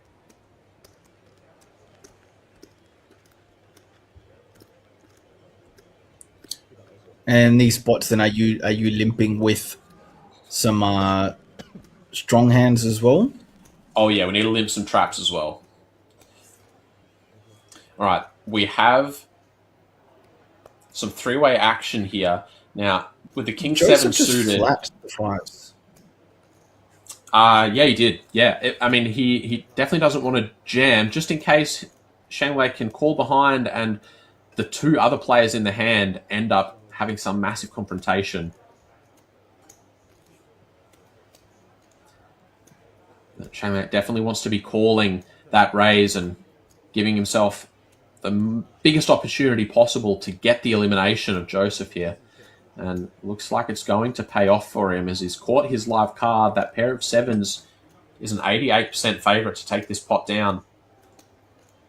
I don't know about betting here. I think given that the whole idea of us being in this hand is to increase the chance that Joseph loses, I don't think we actually want to be betting Jianting out, just in case we need his help to eliminate our opponent. Joseph tosses in the last 150k, just hoping that his fives might be ahead. The price he's getting, 4 million out there and only 150k to call. He does flick it in, put his tournament life on the line, and he's going to have to catch a 5 of spades or 5 of diamonds to survive. He cannot do it. All right, a bronze medal is determined. Yeah, we will need to send these guys on a short break while we get set up for heads-up play. It's not going to be a long break. 17 minutes. Okay. Don't go too far, guys. Good chance to quickly stretch your legs, get hydrated, and we will see you guys in 17 minutes to play this thing down to a winner. Cheers, Dean. Talk to you soon. Sounds good, mate.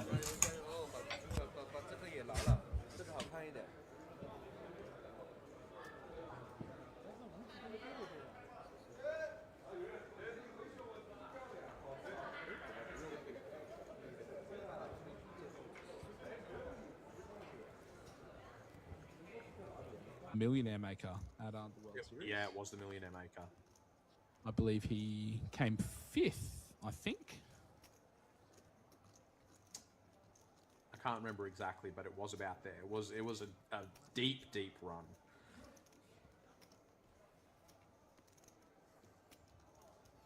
Suited ace on the button for Zihao, and I wasn't correct on Yida's play on the river in the last hand we covered for him, but I'm pretty confident of what he's going to do here.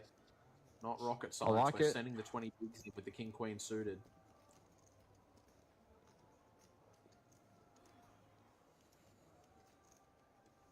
From the short experience that we've had with Zihao on this feature, I can assume that Yida is probably... Was that a call? Yeah, it was a call. Wow. Good luck. I was going to say that Yida. I'm extremely confident that I have no idea what this guy is going to do. And Yeah, I was just going to say that Yida is probably expecting Zihao to be far too wide in his opens. That is a queen, but that's also an ace. Yida still with a gut shot, and also a king would make him 2-pair. Deuce is no good. Jack or a king for Yida. The king will make his 2-pair. And Wow. he's going to find the river that he needs.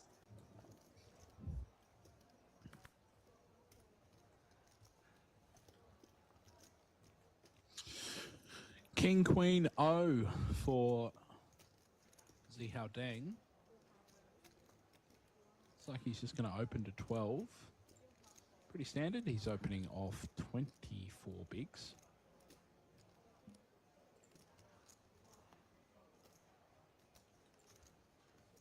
Zhang Wang on the button will call.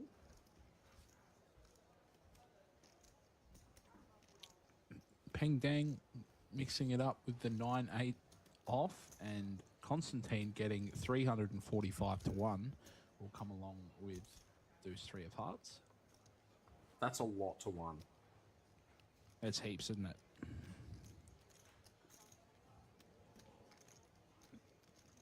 Saw Constantine make a really light defend multi-way early with the 7-4. Flop top pair versus set and lost 0 chips. This time he's caught bottom pair with a couple of different backdoors to go along with it. He'll be able to navigate his way out of this one scot-free as well. 5s, just the one overcard out there, is going to go ahead and take a stab at this. Makes sense. A bet here folds out a lot of overcards and a lot of equity, and you can get called by some worse hands. Exhibit A, Constantine's 3-2 of hearts.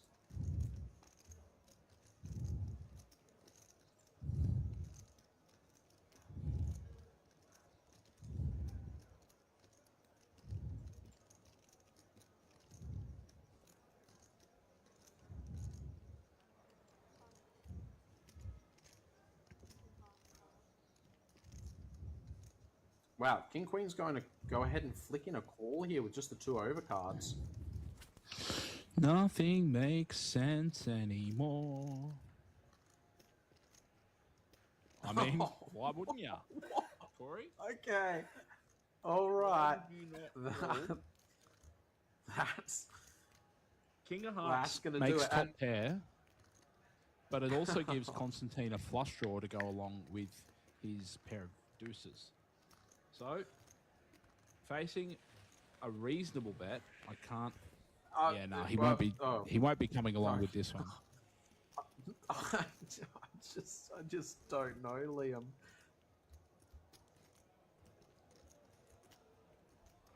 See, I was floated just a naked 2 overcards versus a bet and a call in a 4-way pot. Found top pair. Up And against just made sure no one can call. 5s. Yeah, and I mean, the 3-2 suited is a hand that definitely can stick around, and you don't mind it sticking around all that much. But for this price, it's just going to be folding. Yeah, makes his hand, but he's not able to get any value out of it. Well, in saying that, Constantine's not let this one go yet. Saw that really nice fold with the 7-4 against the set that I mentioned just a moment ago, but he's giving this one some thought. I don't know what kind of hands you expect your opponent to be doing this with. Normally I say that when we're trying to work out a hand that could do this that we beat, but I just mean in general. I can't think of a hand that will make this shove value or bluff. Yeah. This is over the size of the pot. This is an overbet jam into 2 players. I think we should default to assuming that they are doing this with a good hand, and then try and come up with a reason that that might not be the case if we want to make a big call. He flicks in the call. Constantine decides to go the other way, and he's going to get shown the bad news here. He's actually quite a significant underdog, just 25% equity, nowhere near what he needs to be paying an overbet on the turn. And he won't find the river that he's looking for. Ji Hao takes...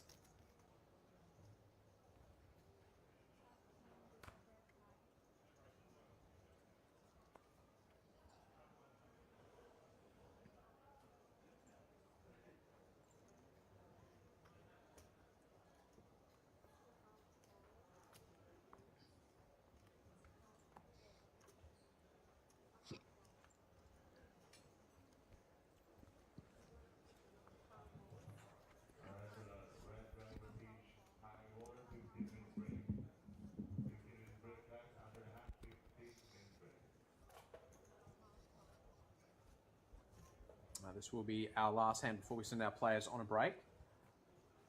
Both players with an ace. Spicy. Ace 6. Not flush draw and a gut shot for Zhang Wang.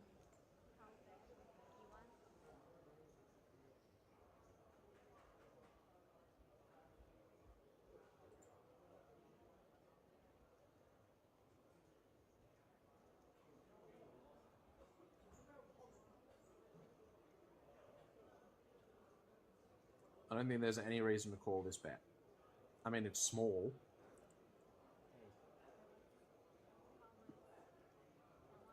That's not a call. That's what, Liam. I mean, I have no words. I've already thrown out all of the sayings. The Wild West poker. We used Fast and Furious more than enough times the other day. We had to come up with new terms for this just moments ago, and they still don't feel like they adequately capture the poker that we are witnessing. This ace on the turn improves both players to top pair, and you know the sickest part about this, Liam, is that the 6 kicker is playing. There's a 2 and a 3 on the board. If this river is a blank, Zhang ace 5 is not going to be the best hand. Jiao's going to find a way to get max value. Is it the blank river? And it is. This ace 6 is the best hand. Man, I can't what a crazy, believe what I'm seeing. crazy time. Limp call under the gun. Check raise flop with literally nothing and no draw up against a draw that's basically got you dominated. Gut shot, straight draw, plus nut flush draw, plus ace high. And he's managed to find a way to make a value hand that is ahead, get the clean river, and I assume get paid. This bet is small enough that the top pair can very easily just be flicking in the call.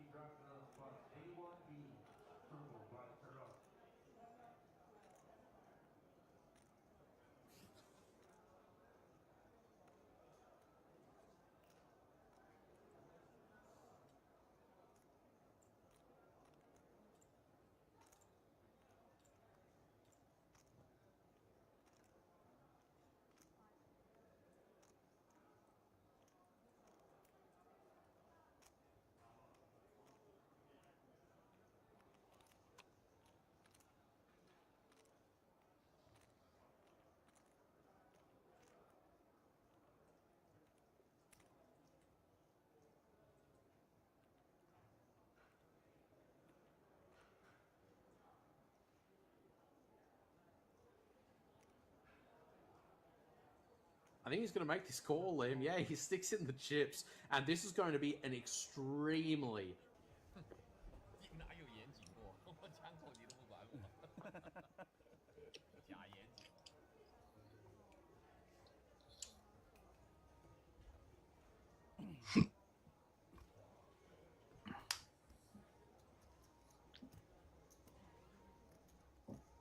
Blinds are 3K, 6K, 6K. We're here for the Red Dragon Prestige High Roller Day 1. This is our feature table headlined by none other than Patrick Antonius. Corey, I don't know that guy, do you? Never heard of him in my life. Certainly haven't watched him for years and years and years and years. Yeah, no, I don't know. I just wish there was maybe a player on the table that I recognised. Patrick's going to get things started with a race of 13,000 here. That is going to be a defend from the big blind. Xishyang with the Jack 10. Going to outflop Patrick here with the middle pair. Pretty good board to fire a continuation bet on, however. Probably some turn cards that could get this hand to be a little spicier. It's going to start with a pretty standard bet and call. 55,000 in the middle now. That's one of those turn cards I was talking about, Liam. That's a fairly exciting turn card. Patrick now turning the up and down, turning the flush draw with a gut shot. Pretty strong range advantage too, I would think, but Zhang Lu does have 2 pair. Yeah, so I mean, it's the board that the Broadway's just smash, which as a hijack opener, you are representing a lot of big cards. Jack 10 obviously going to be happy enough to stick around, though. And certainly start getting a little worrying, especially on some rivers, but if you start facing some really large bets, some really big triple barrels, this Jack 10 does basically just become a bluff catcher. The Queen 6 will not improve. We could see Patrick absolutely launch if there's anyone in the room that could, I believe it may be our friend Patrick. I say friend because I'm forcing my friendship upon him.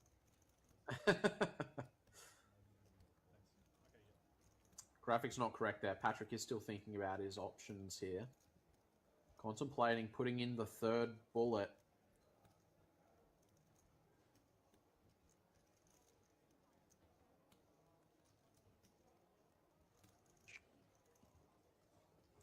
He looks like he's going to fire it, Liam.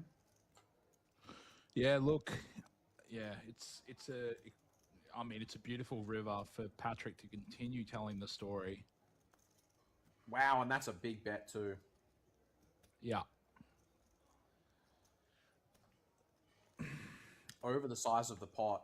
And this is exactly what I was saying a moment ago. There's some rivers, and when you start facing really big bets, this Jack 10 is just a bluff catcher. That's a very quick call. Yeah, strong enough bluff catcher that Sis Young is going to make the call here. And Patrick, we've given him the warmest welcome to this final table, but the dealer has not. Welcome to Korea, Patrick. Pot.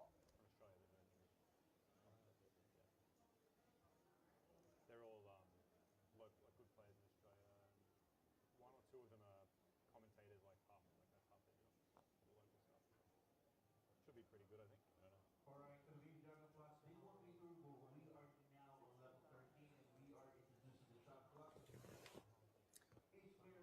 Suited connector under the gun for our table chip leader. 5-4 suited.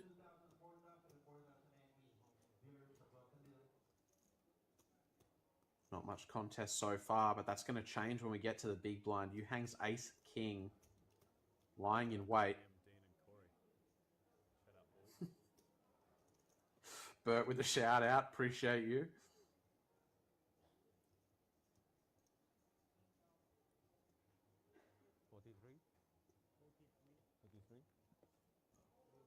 43K is the size. Seems pretty small from out of position. Less than 3x. The 5-4 suited against a 3-bet this small, playing in position. Stacks are really deep. I think we're going to see this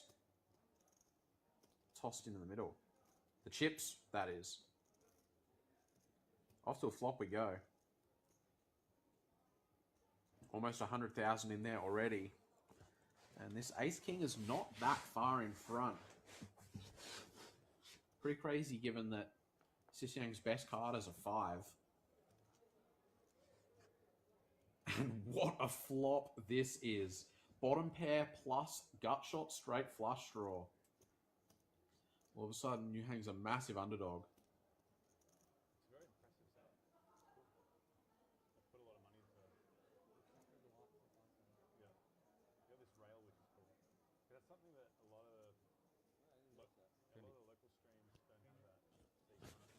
C-bet comes out. Is not going to get the desired result here. Yu Hang would love to just take this down immediately. Our table chip leader is going to have other ideas entirely with this massive combo draw. Not to mention he is already ahead with the bottom pair. Question is, does he play this as a call or does he want to bump this up immediately? Even up against something like an overpair, he's still probably actually an equity favourite. 60,000 is the raise. The price is pretty good for Yu Hang, but with just ace high, you got to wonder how live we actually are. Of course, the ace of hearts is good for the backdoor nut flush draw.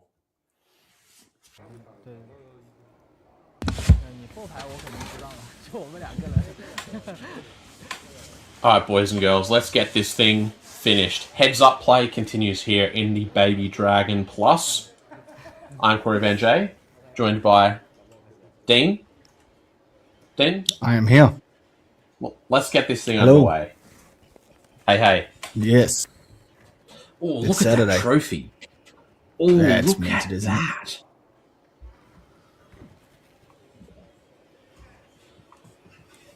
Yeah, it's a trophy I'll definitely like. Nice wing here. Man, we need to get over to this series. I need to win me one of those trophies. I love those trophies.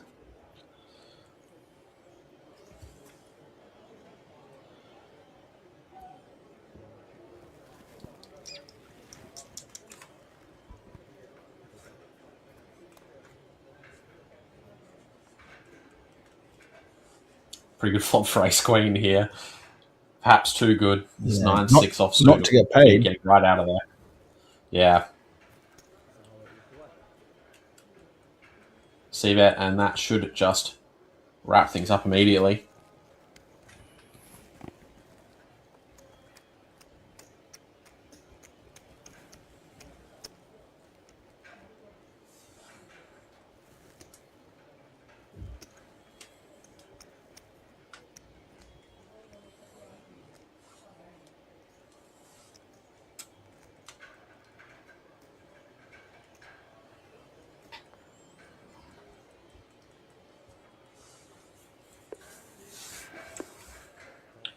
Now, blinds have ticked up as we've reached heads up. We're playing 250,000, 500,000. With the 500k big blind ante still in play. Incentivizes pretty loose play, pretty wide ranges as we enter this heads up portion of the tournament. Shanglei with the Jack 5 suited going to start things off with a limp. Jack 7 offsuit. I am a little surprised that they haven't colored up a little bit to the 500k chips. Considering it isn't like, I mean, not fully color up, but like just keeping it just to make it a little bit easier where you're just chucking out 2 chips for your big blind ante rather than 10 chips, you know? Yeah, that's going to slow things down a little bit. Yeah. It will. Good spot.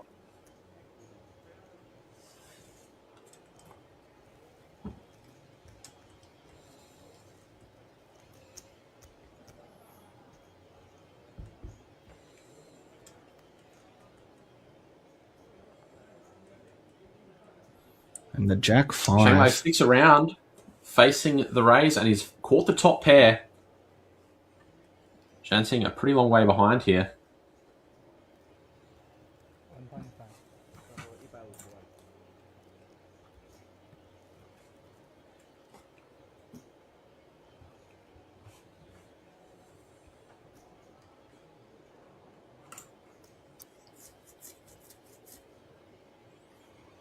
I don't expect them to fold. The question is, do they flat or do they raise? I'm expecting a raise with such a low top pair that is going to be a little bit harder to navigate moving forward.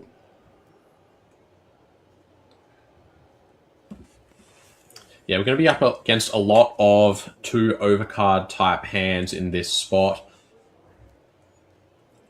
The only problem we're going to run into is when we get jammed on here, it is going to be a range that is very dense in overpairs and flush draws. Those flush draws are often going to contain 2 overcards, and reasonably often they're also going to contain an ace, which is good for a gut shot too. Us getting it in against something like Ace Queen of Spades here, we're actually a pretty significant underdog. Mm-hmm. But denying equity from a hand like a King 10, an Ace King, a lot of value in getting those hands right out of there now.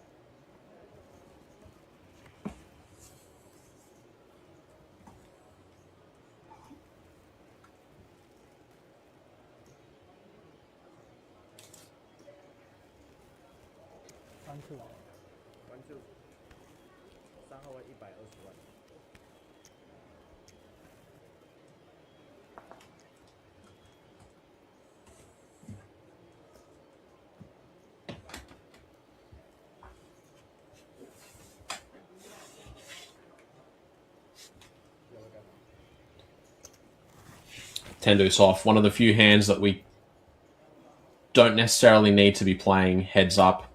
We can be playing just about everything, especially in position when we have that full big blind ante in play. 10 deuce is a pretty rubbish hand. I'm not folding it. Yeah, it's hard to blame you. Big blind ante. We've got half a big blind in. We're getting like 6-1 on our money. 5-1 on our money. Let's go. Limp raise strategy only. Is what I say.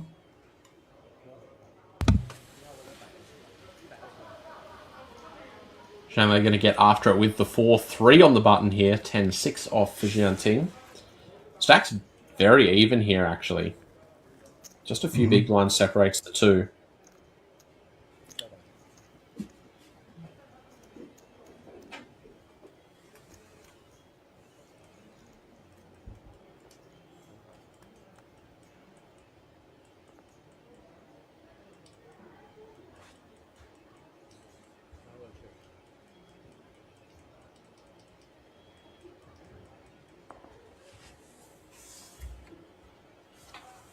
Checked over to the pre-flop aggressor. The pair of 10s way out in front. Showing they 2 undercards, just backdoor straight draw, backdoor flush draw. The flush draw would be no good, but on the 7 of hearts does introduce 3 outs in the form of the 3 live 6s. Showing not drawing dead, but not that far from it. No, but the 6 would be an absolute bazinga card in the sense that it does give 2 pair to their opponent. So you would be getting paid hefty amount if you do river that straight.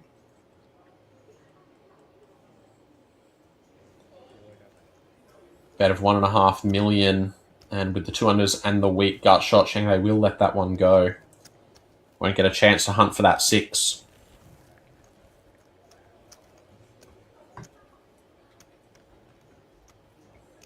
I can't get over that trophy, Dean. It's so cool. I love it.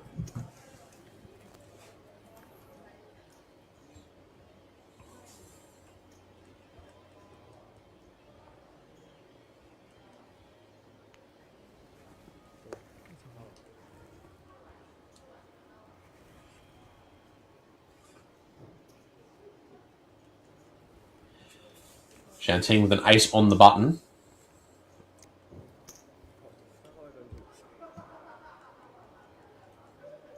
Gonna start with just a call. The suited 8-3 in the big blind. And we'll take a cheap flop here, 1.5 million in the middle. Not sure I'm a huge fan of the limp of A6-0 just because of how poorly it would play post. I think that there's value in it raising more so than limping. I mean, what do I know though? So heads up is hard.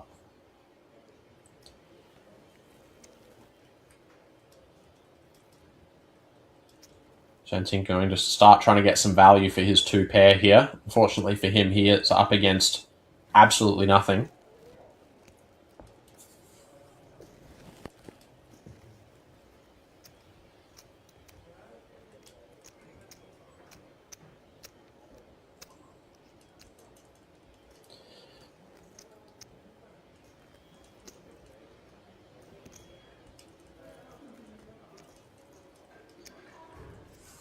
Yeah, I think it is 17 hands per level in this structure, Dean. Does that sound correct?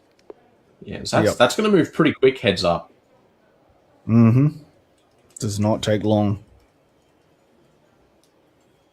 8-2 off on the button. Now, I'm not folding much on the button with a big blind ante in play. But this is pretty forgivable and well-timed. Ace-King for Jianting in the big.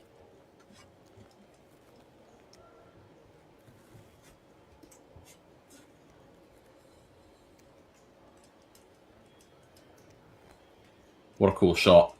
Top tier camera work here. Oh, yeah, very cool.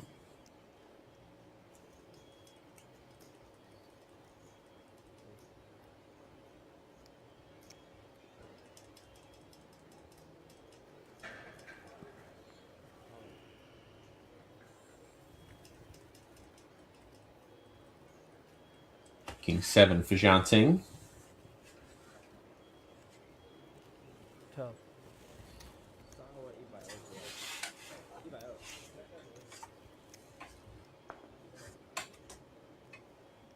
We noticed that the sizing getting a little bit bigger now as well. Just their opening, they were min clicking before, now going to 2.5-ish. Well, not even 2.5-ish. What's that? Yeah, 2.5-ish. Just because the blinds are so much more incentivized to call with the way the big blind ante plays heads up.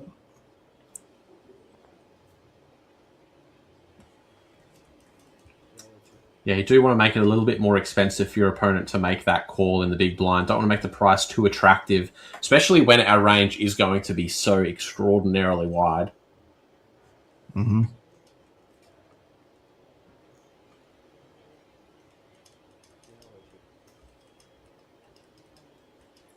Jianting's king high is still out in front. Does pick up a gut shot as well here. Not that he needs it, but he would feel a little bit better about it. 1.6 announced with just the Jack 10, no heart. I assume this 1.6 million chip bet will seal the deal on this hand.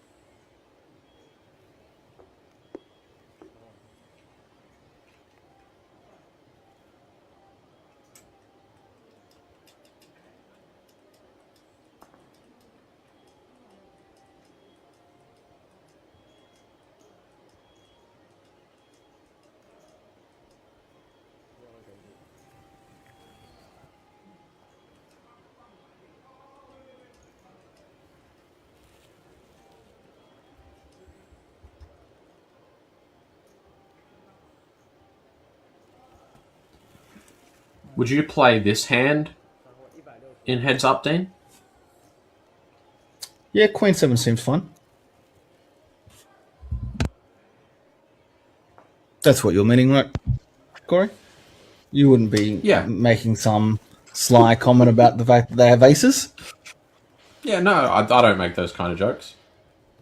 Never. The aces do take it down.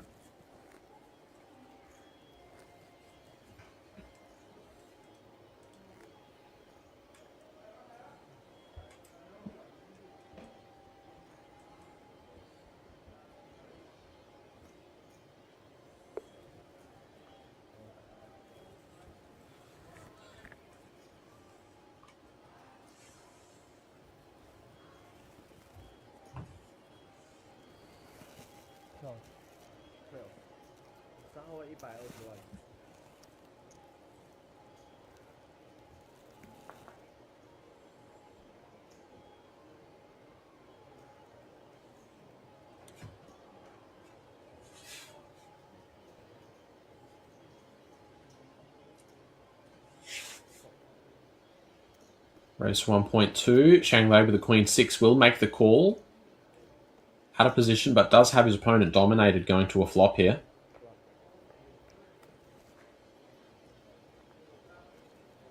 So whiff for both. That's 6 good for a backdoor straight draw. Not the most impressive of backdoor straight draws. Continuation bet coming out from Jianting here. Queen 6 for Shanglei. I wonder if he feels like he could be good with the Queen high here and wants to go ahead and make one call. Definitely. Something that's really common in heads up here on these ace high flops is I actually see people pretty dramatically over c-betting with their strategy. People are often range betting boards like this in heads up. When playing traditional like button versus big blind configurations, you can certainly build a strategy that way. But heads up, when ranges are so wide for both players, you don't have the range advantage you think you do. It's not like a typical ring format, and the fact the board is ace high is nowhere near as beneficial to the pre-flop aggressor as we are conditioned to think it is. And so we need to be checking back reasonably frequently on a board like this. And quite simply, people aren't. When that's the case, we get to float a little bit wider, get to stick around with some naked high cards, get to put in some check raise bluffs with some hands that we otherwise might just have to give up.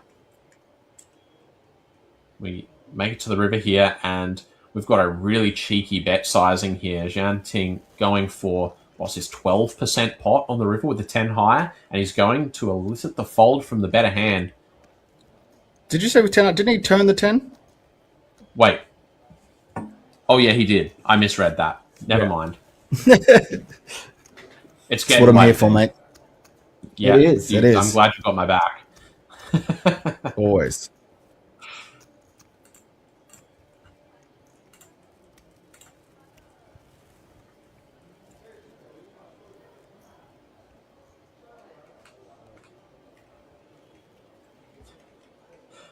Kayla joins us in the Facebook chat. Thanks for tuning in.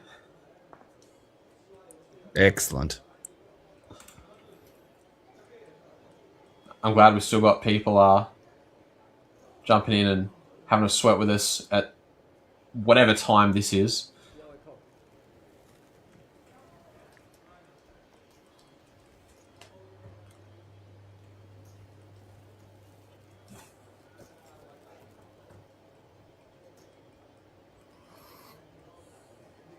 Queen 9v9-5.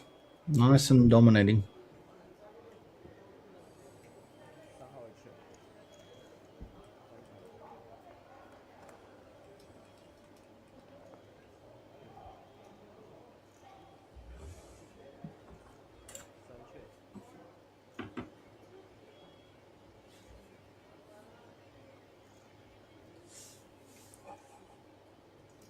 Shangley with just some backdoors here. Probably enough for him to have a stab at this. No showdown value with the 9 high, so taking this pot down immediately would be an ideal outcome for him.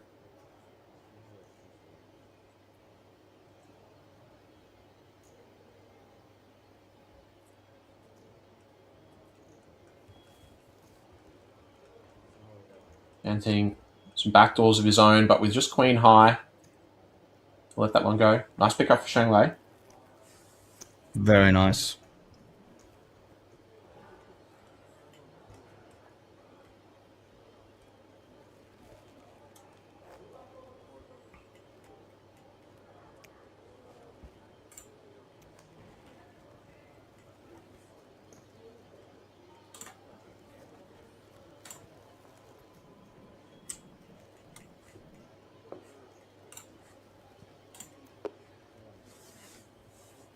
Seven hands to go until we tick up a level again.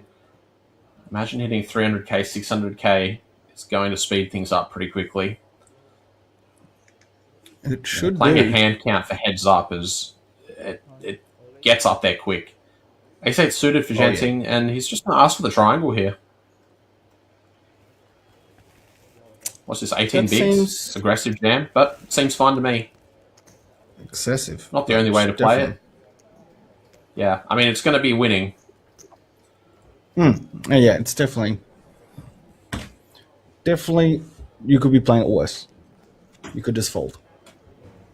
yeah, folding would not be the way to go.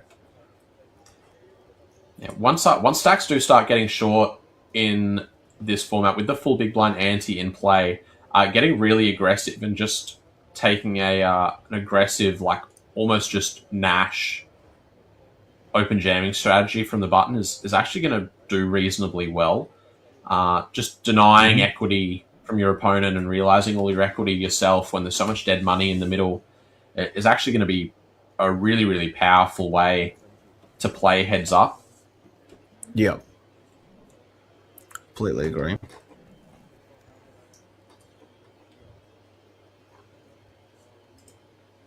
Shame they're going to start with a limp here with the suited King 9. And Janting's just going to go with some power poker here and just rip the suited gapper over the limp. King 9 suited here, you could contemplate even calling this off. You think your opponent's getting out of line. King 9 suited is going to be doing okay against this jam. If it is for value, though, you're probably in really bad shape. Yeah. It is 16 bigs.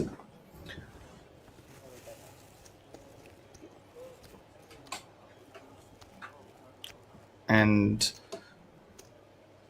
Gianting has taken a 3-1 chip lead.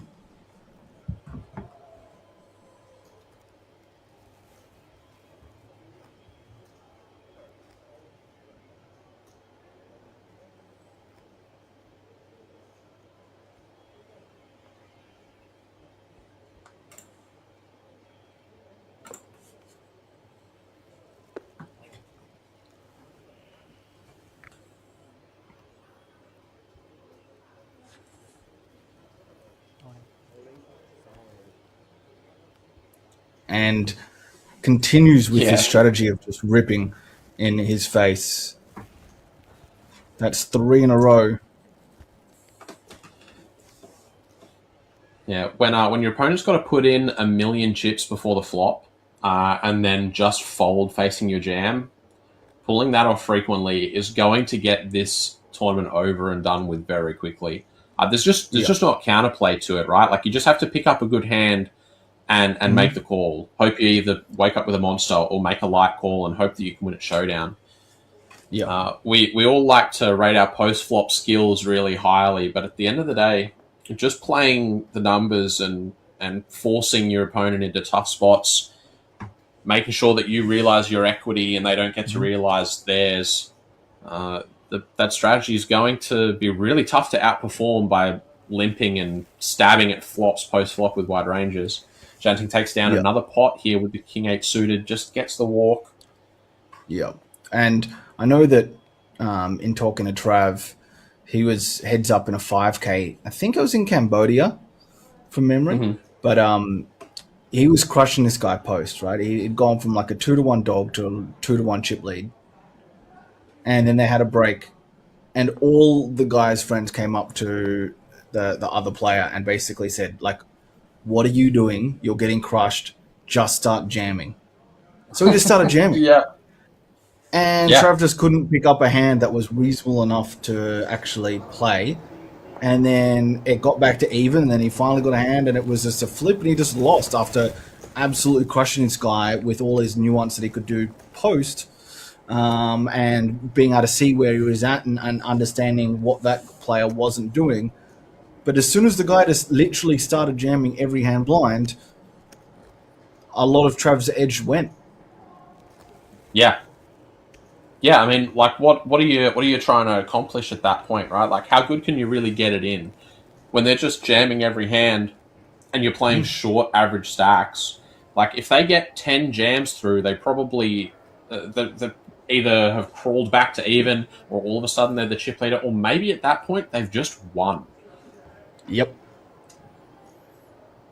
So what, you're just gonna wait and call off as a like 62% favorite? Yeah, sure, great strategy. But that's nowhere near as strong as absolutely crushing someone post-flop every hand. And this is exactly what we're talking about. 10-3, not looking the prettiest, but elects to go to 2.5 bigs. Just to kind of make a stand. You can't just keep... I'm not going to just like fold my way down to nothing. Yeah, the thing about heads up with that ante in play, you don't have the luxury of waiting for good hands. You've got to get in there with some garbage and make some things happen. Yeah. It would have been really sexy for Gianting to still jam over the top though. with Jack Deuce, with 6 Deuce. That would have been pretty spicy. Just, I can tell my opponent's getting frustrated here. You know what? Raise. All in. Continues the strategy. Wants to claim the 2 big blinds. And they just King 2 suited. For 12 bigs. Yeah, and I mean, like, this is just a call at Nash. And we know that our opponent has been jamming aggressively. Like, this is... I've lost count of how many times Jian Ting has just gone ahead and ripped it in here.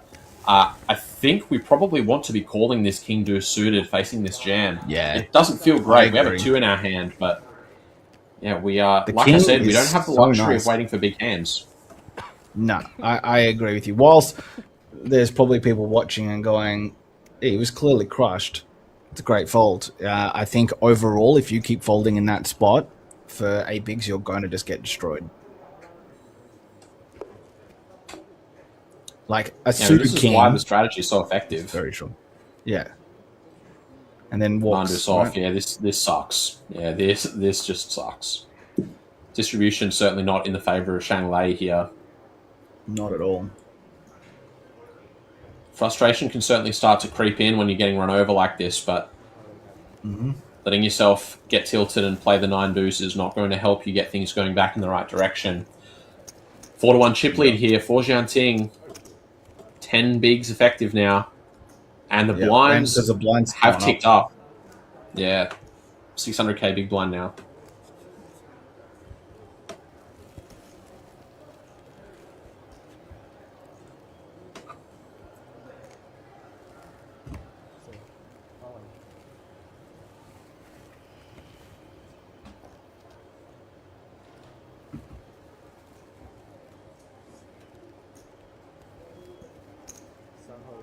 $10-3 off for Jian Ting, and he's going to start with a limp now. Seems fair enough. There's a whole big blind ante in there.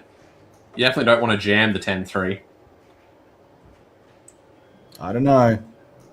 I honestly wouldn't knock them for when someone's got 7 bigs, just taking almost like every spot with how effective they've been. They lose 1 all in, it does go back to like 30 to 20 bigs each. Gonna have a stab with here. For both players on this flop. This stab should get it done though, yeah. It should. It's so hard to defend here with 10-7 high. But he does look like he wants to. Backdoor flush, backdoor straight. The flush draw. And he's not going Shang anywhere Lei is now. going to pick up those diamonds.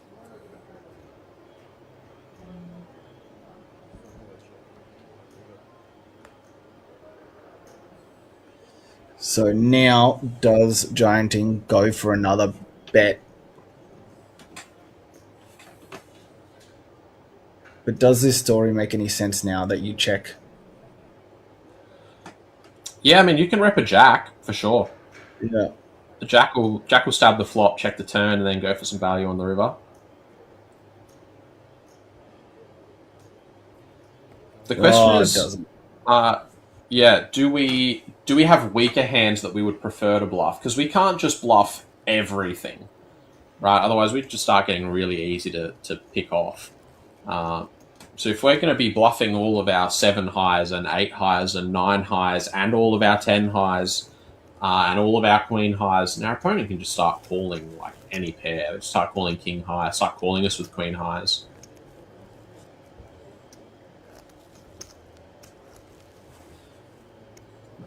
The thing about heads up is we have to do a lot of stuff that's uncomfortable, and sometimes that means just running a huge no equity bluff.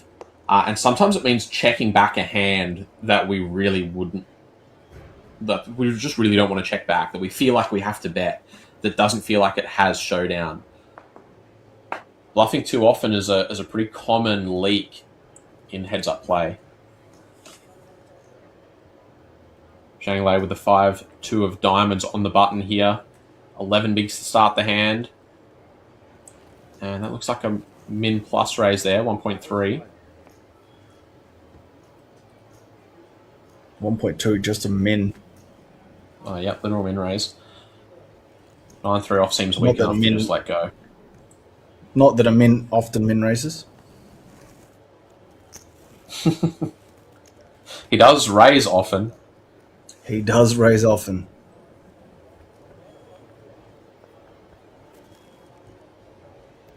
He has bagged for tomorrow in the 8K USD buy-in that he was playing today. Incredible.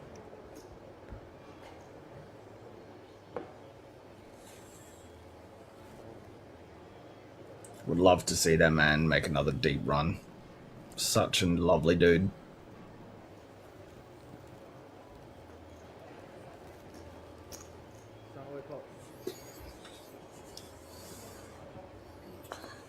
Shanting going to go for the limp, and Shanglai, 12 bigs to start this hand. I think we probably just want to jam this.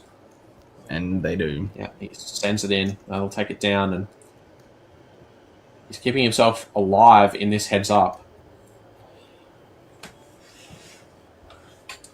Important thing to keep in mind as we watch him try to battle this short stack back into the game is, remember, whenever one player wins chips heads up, it means the other player loses them. Gaps can close very quickly.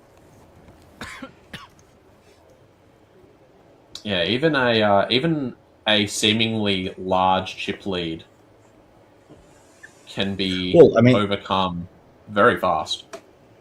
You look at a 4-1 chip lead, one double, and it's a 2-1 chip lead, right? Like it's not a 3-1 chip lead. It goes to a 2-1 chip lead, and then one more, exactly. And then it's 2-1 to the other, 2-1 to your opponent. Two hands, you can go from a 4-1 chip lead to a 2-1 dog. Shanglai tries to see a cheap flop here with the 6-2 this time, and basically just a role reversal of the hand we had a moment ago. Queen Jack suited going to send the chips in. 6-2 will hit the muck.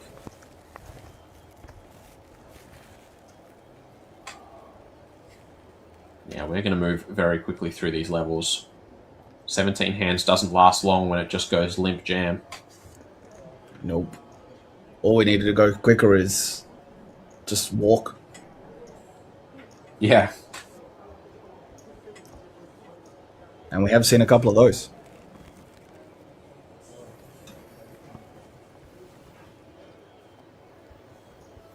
A6-0. Does elect to go all in. Queen 7 suited for 11.5 big blinds. Snap folds.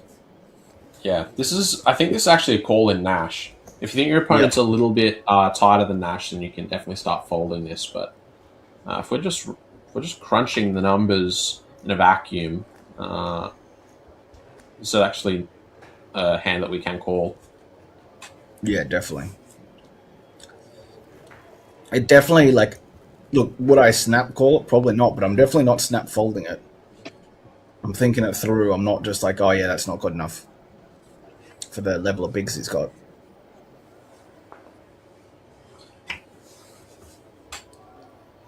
Well, he took the limp last time with the 6 deuce. Takes the limp again with the 8-4.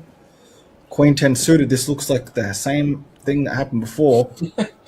Yeah, I've seen this one before. Yep. We're not even on the sequel anymore. We're well into a 4 or 5 movie series. Yeah, we're on to the second trilogy at this point. Yeah. We're basically at the Lord of the Rings after the Hobbit.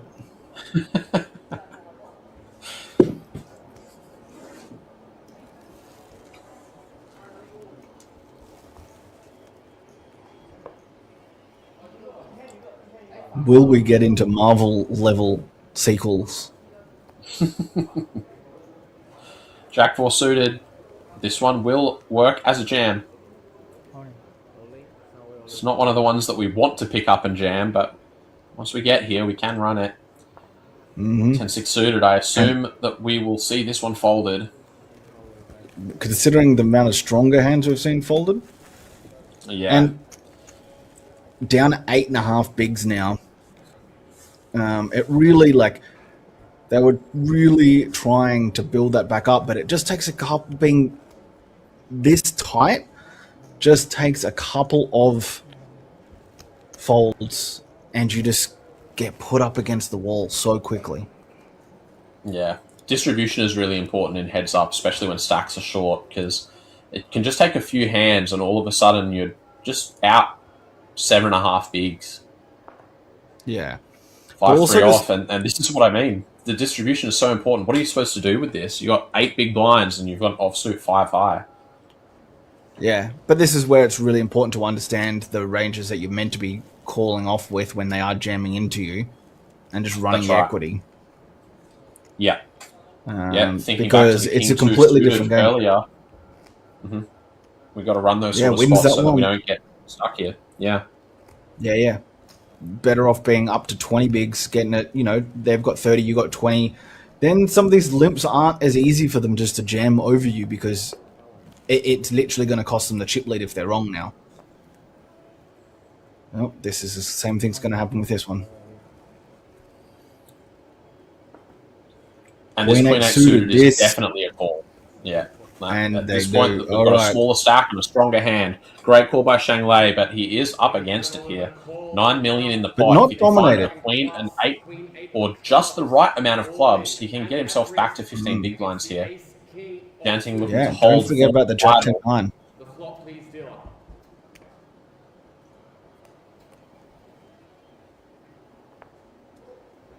Deuce of diamonds, king of spades. Ooh, a little bit for everyone. Diamonds.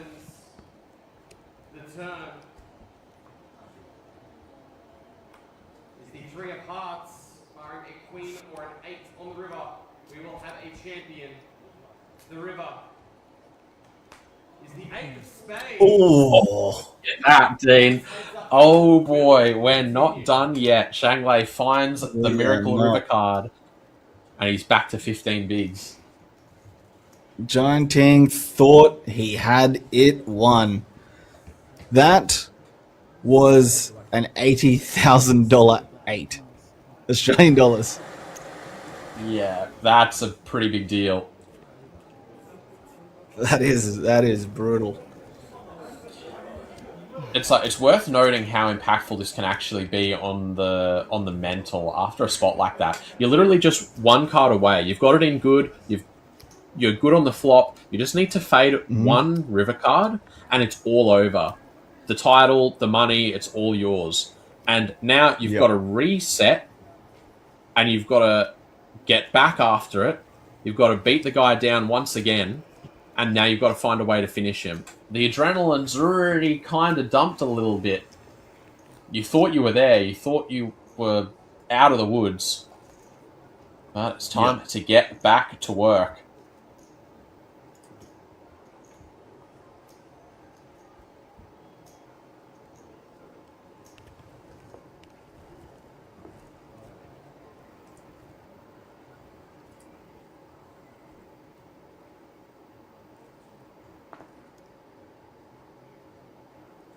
Ace 10 for Shang Lei.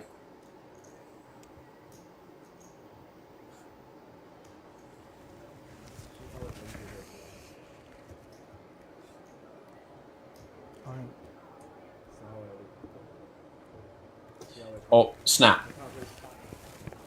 Hello. Yeah, this is a bit of a misstep from Janting, and this is kind of what I was just alluding to in how this can affect the mental game. I don't think Janting 5 minutes ago was going to be shoving 5-3 offsuit for 15 bigs for no reason. He's found himself in a pretty bad spot here. The chip leader's at risk. 4, 5, 6. The turn card is the Queen of Clubs. Queen. The river is the 9 of spades. And it's clean, and all of a sudden, what were you saying, Dean? How quick can a 4-1 chip lead turn into a 2-1 chip deficit? That's exactly what's happened. Zhang Lei out in front, 31 bigs, plays 19 bigs, and Janting, after getting it in good and copping an unlucky river card, has made a bit of a misstep with the 5-3 here. And now, once again, he is playing catch-up. Yep.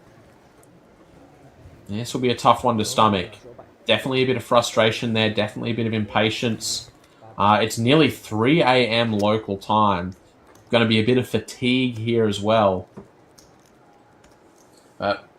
With, what, 55,000 US dollars worth of pay jump here?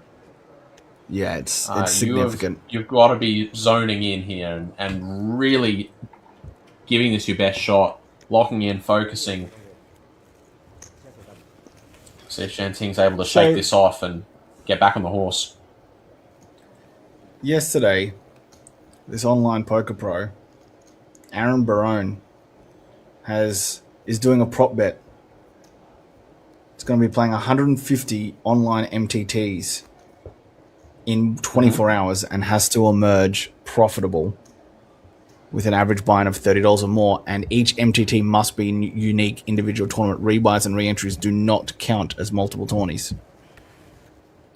Okay, so is he allowed to rebuy the tournaments as well?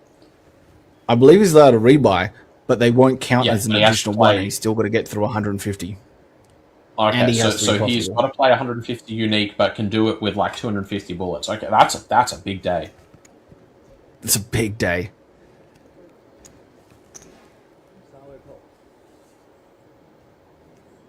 One-to-one odds of him being profitable. 1-to-1. I wonder what the math looks like on this. If the field sizes are big enough, you need to be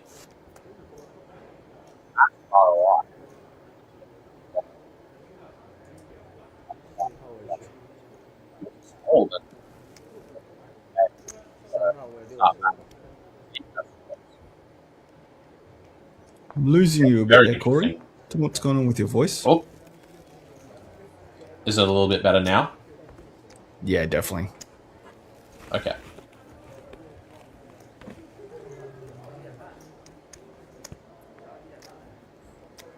Janting catches the pair there, takes that pot down.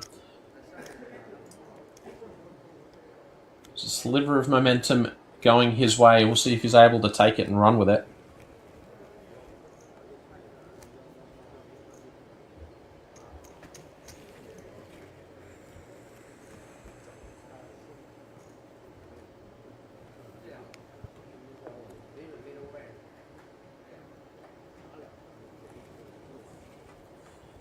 Ace, King, Shang Wei.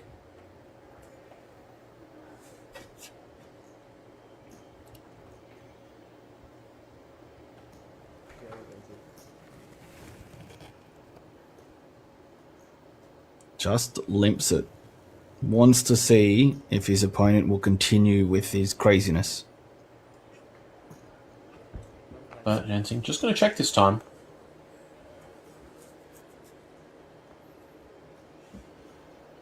Three diamonds on board. That ace is the key here. 8 of diamonds keeping Janting in the fight though. Got to go for some value here with our top. Must. One big blind seems appropriate enough. Diamond check. Cannot be folding for one big. No, certainly not.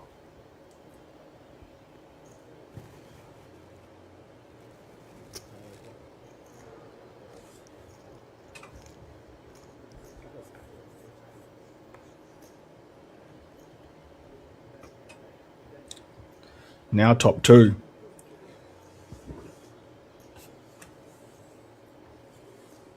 Yeah, if we thought he needed to value bet it before, certainly needs to be going for it now.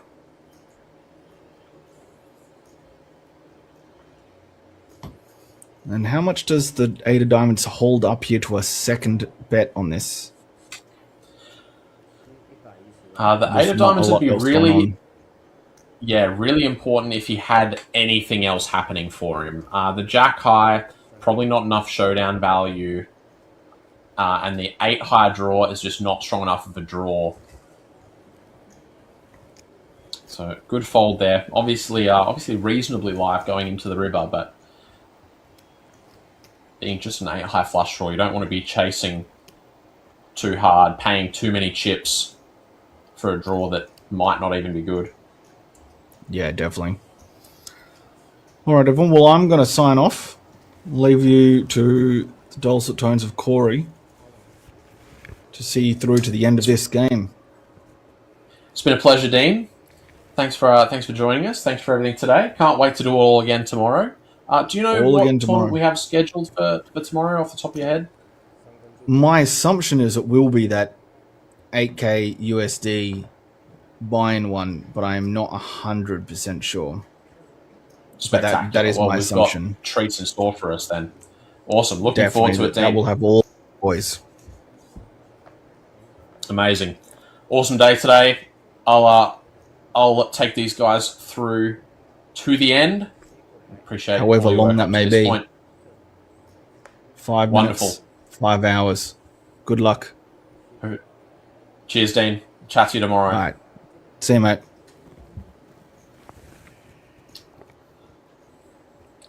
Huge turn card here for Jian Ting. He's picked up the top pair, top kicker. Ace of clubs, obviously a very key card for him here. He's going to start trying to get some value out of his hand. He's up against a naked 5 high flush draw, so won't be any value to be had here.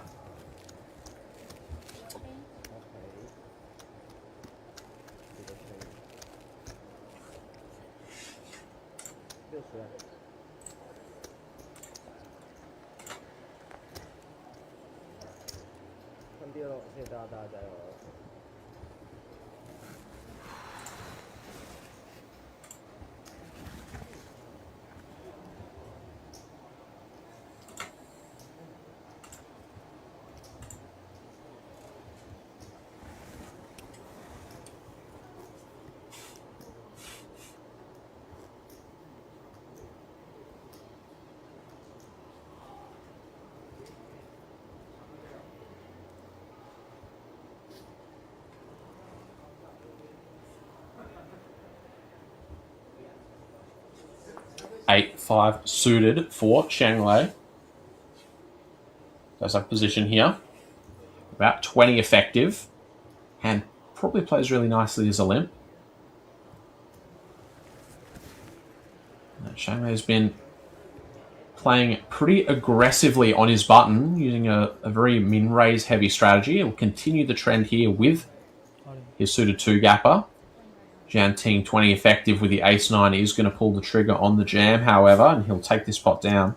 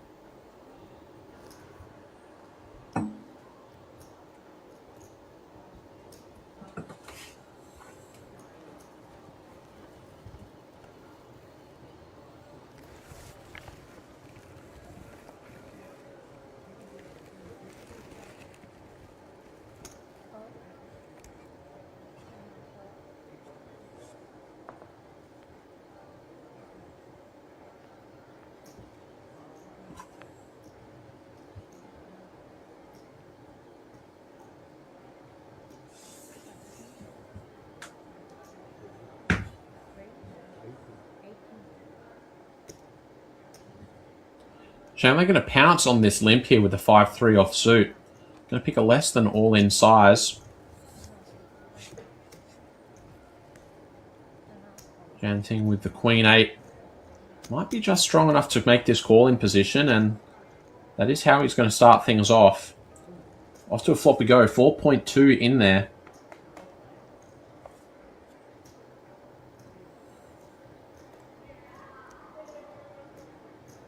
Nothing for either player on this flop.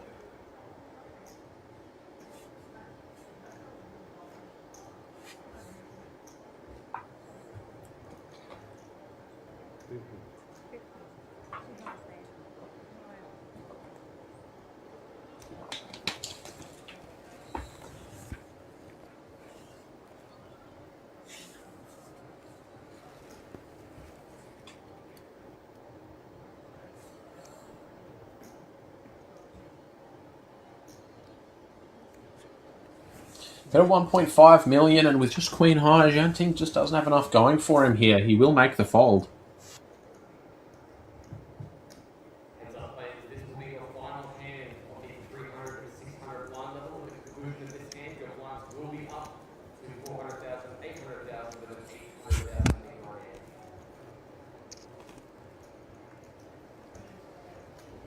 Sounds like we've got blinds ticking up next hand. That should get things moving.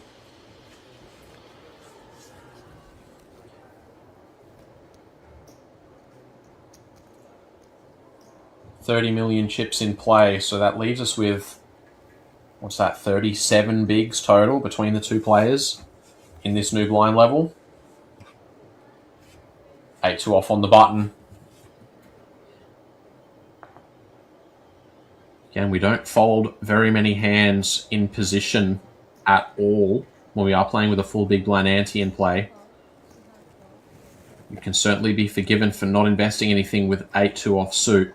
But Shanglei is going to see what he can make out of it. Queen 9 off for Jianting. Probably not strong enough to raise for value and not weak enough that you really need to be doing anything, but Jianting's just going to go ahead, play it aggressively, pile the chips in there, and he will pick this up. One's sticking up this hand, so we're 15 bigs effective.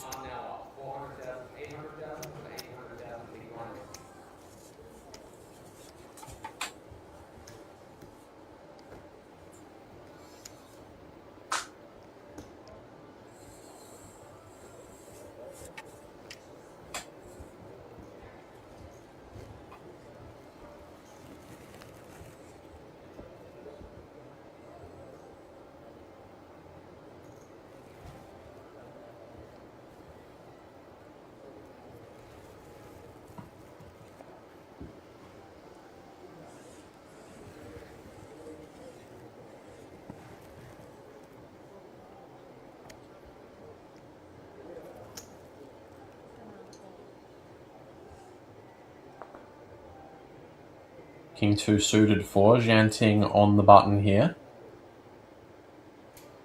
He's just going to start with a limp.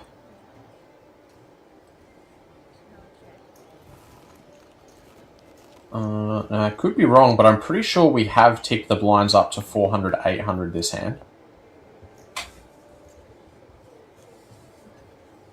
Top 2 for Shanglei here. Huge flop. Not much happening for Jianting's King Deuce of Clubs. He's going to start with a stab though. Bet of 800k, and yeah, I'm pretty confident this is a 1 big blind stab. Graphics should be updated after this hand.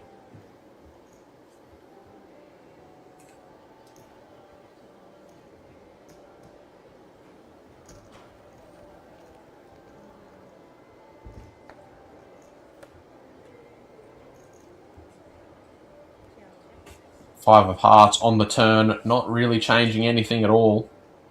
There's a little bit of connectivity to the board.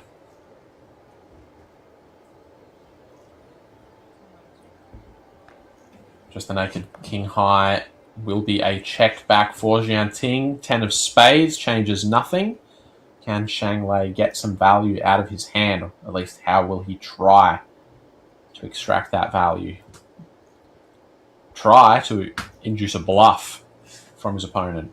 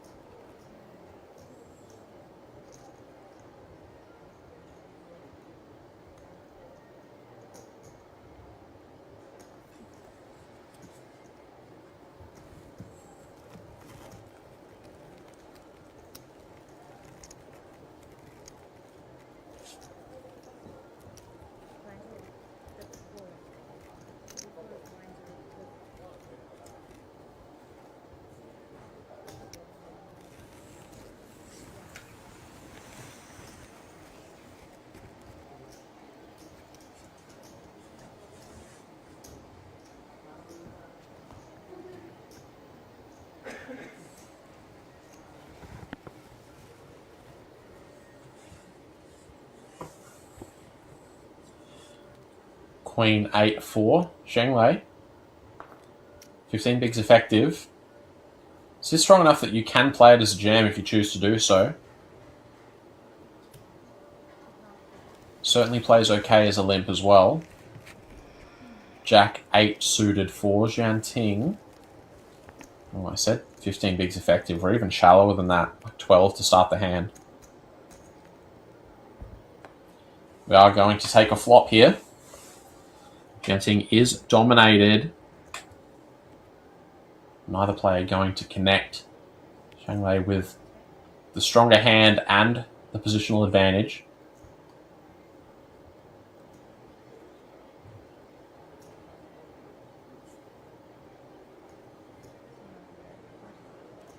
One big blind stab.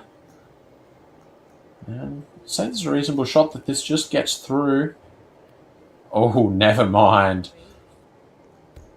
Jianting going to put his foot on the gas here. Just simply does not believe the story that is being told. And it's going to be a check raise to just over 2 million. This is just targeting air balls, which is exactly what Zheng Lei is holding.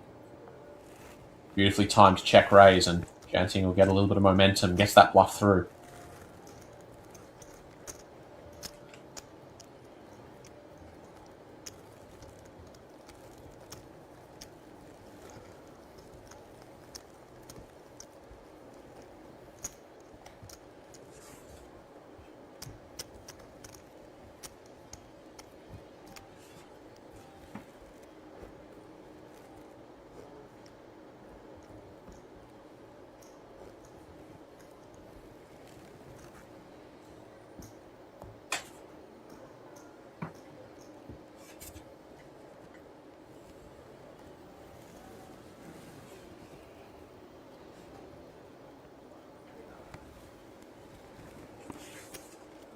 $10-5 in position for Jianting. Going to start this one off with a limp. An inferior offsuit 10 for Zheng Lei.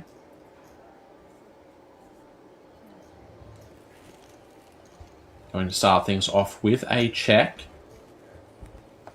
Pretty good chance that this one gets chopped up if it makes it to showdown, but these guys have been playing their hands pretty aggressively throughout this heads up so far. Jeez, the graphic at the top of the screen. 34 outs, they reckon. Basically just displaying all of the cards in a standard 52 card deck up there.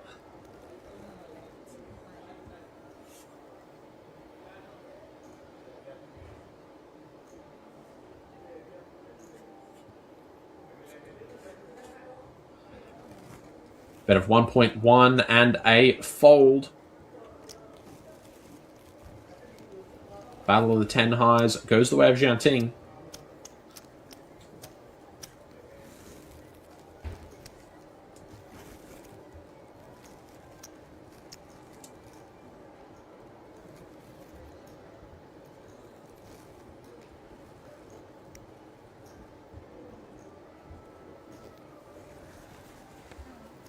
Oh, sorry.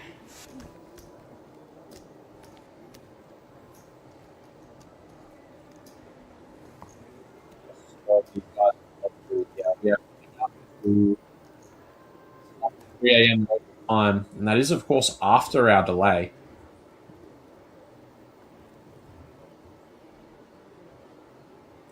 Jack 2 suited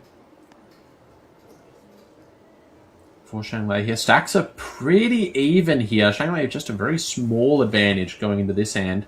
Going to start with a limp with the suited hand, and I'd say Jianting's probably got something to say about that. Lady Gaga, as it has been dubbed.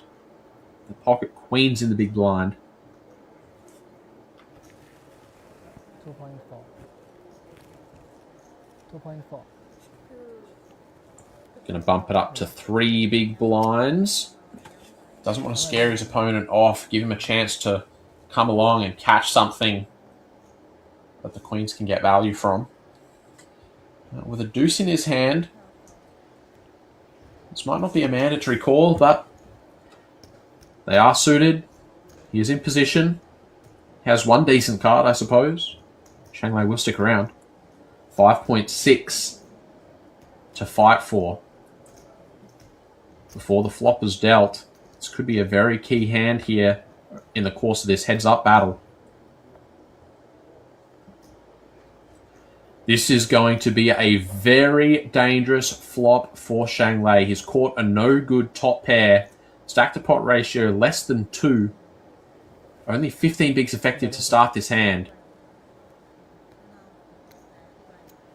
I'd say there's a very good chance that Shang Lei is going to be affording the full double up to his opponent here. Zhang Ting came in with a pretty healthy chip lead. Made it all the way out to better than a 4-1 chip advantage before losing the chip lead back to his opponent Shang Lei. But on this board, there's a good chance that he can get it back. Very important turn card coming here. A lot of potential action killers. Zhang Ting can find a clean turn card. That might count as a bit of an action killer. The ace of spades brings a second flush draw, but most importantly, it's an overcard to both players' pair. Zhang Ting going to slow it down, and Shang Lei probably doesn't have much of a reason to be putting more chips in at this point in the hand. Flop top pair, downgraded to second pair, no kicker.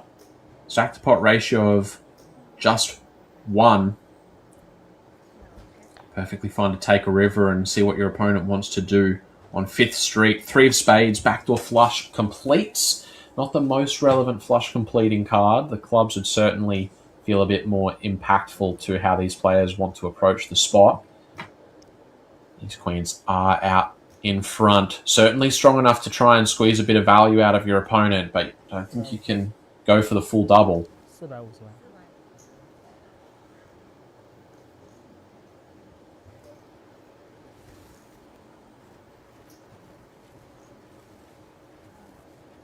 4.5 million. That's a pretty healthy size bet. I think a little bit smaller might have been a bit more effective of getting paid off by the type of hand we're actually up against here.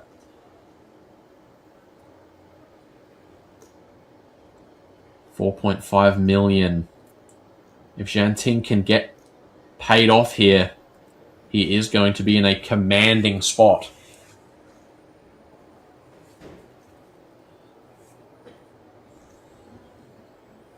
Shang Lei makes the fold. And he does. He still keeps himself right in this game.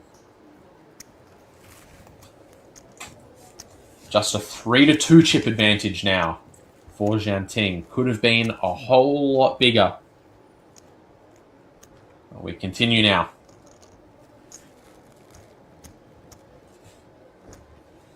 $15 bigs effective for this next hand.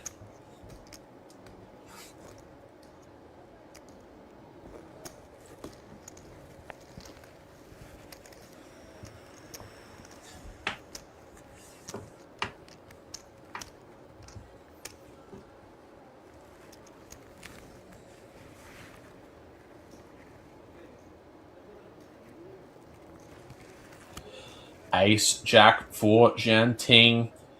15 effective. Even slightly less, I think. Certainly love to get all the chips in here. The question is, does he start by just jamming himself? Is he going to click it? Is he going to limp and try and trap? All seem viable options. Going to bump it to 1.8 million, and Shang Lei's picked up a suited ace himself. All in announced. Perfectly reasonable, but he is going to get the bad news. He has run straight into the superior ace. Zhang Ting, he was one clean river card away from taking this tournament down just a half hour or so ago.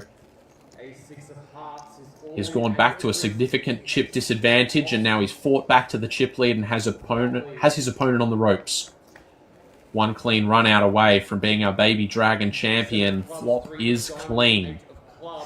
Just needs to fade a 6. The 9 of diamonds, an open ender for the A6 now. Open ender, one end not working for him though.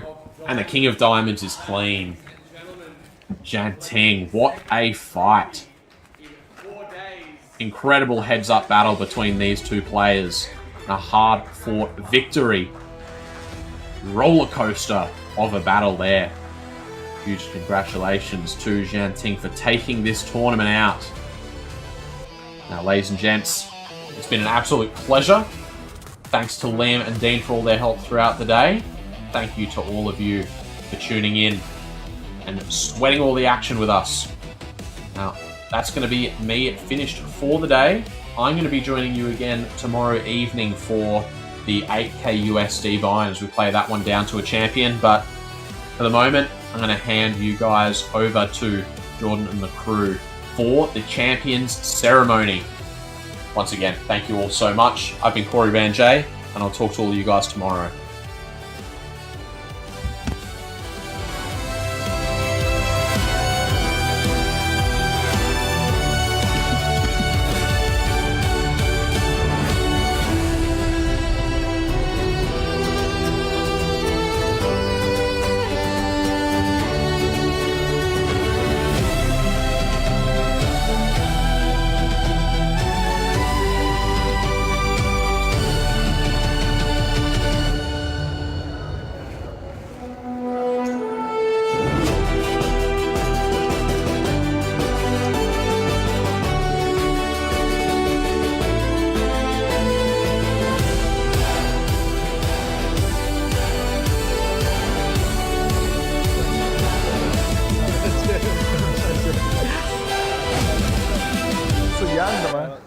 和之前那个是一样的。你拿到主赛的话，就会是金色。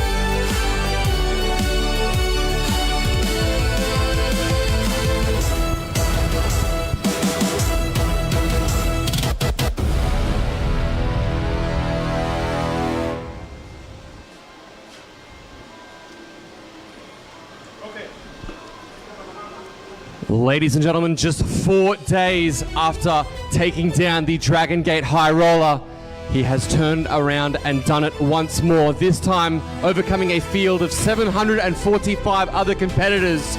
Your champion in the Baby Dragon Plus, Cai Jianting. 我们恭喜蔡建廷获得我们2026青龙杯 Plus 的冠军，恭喜！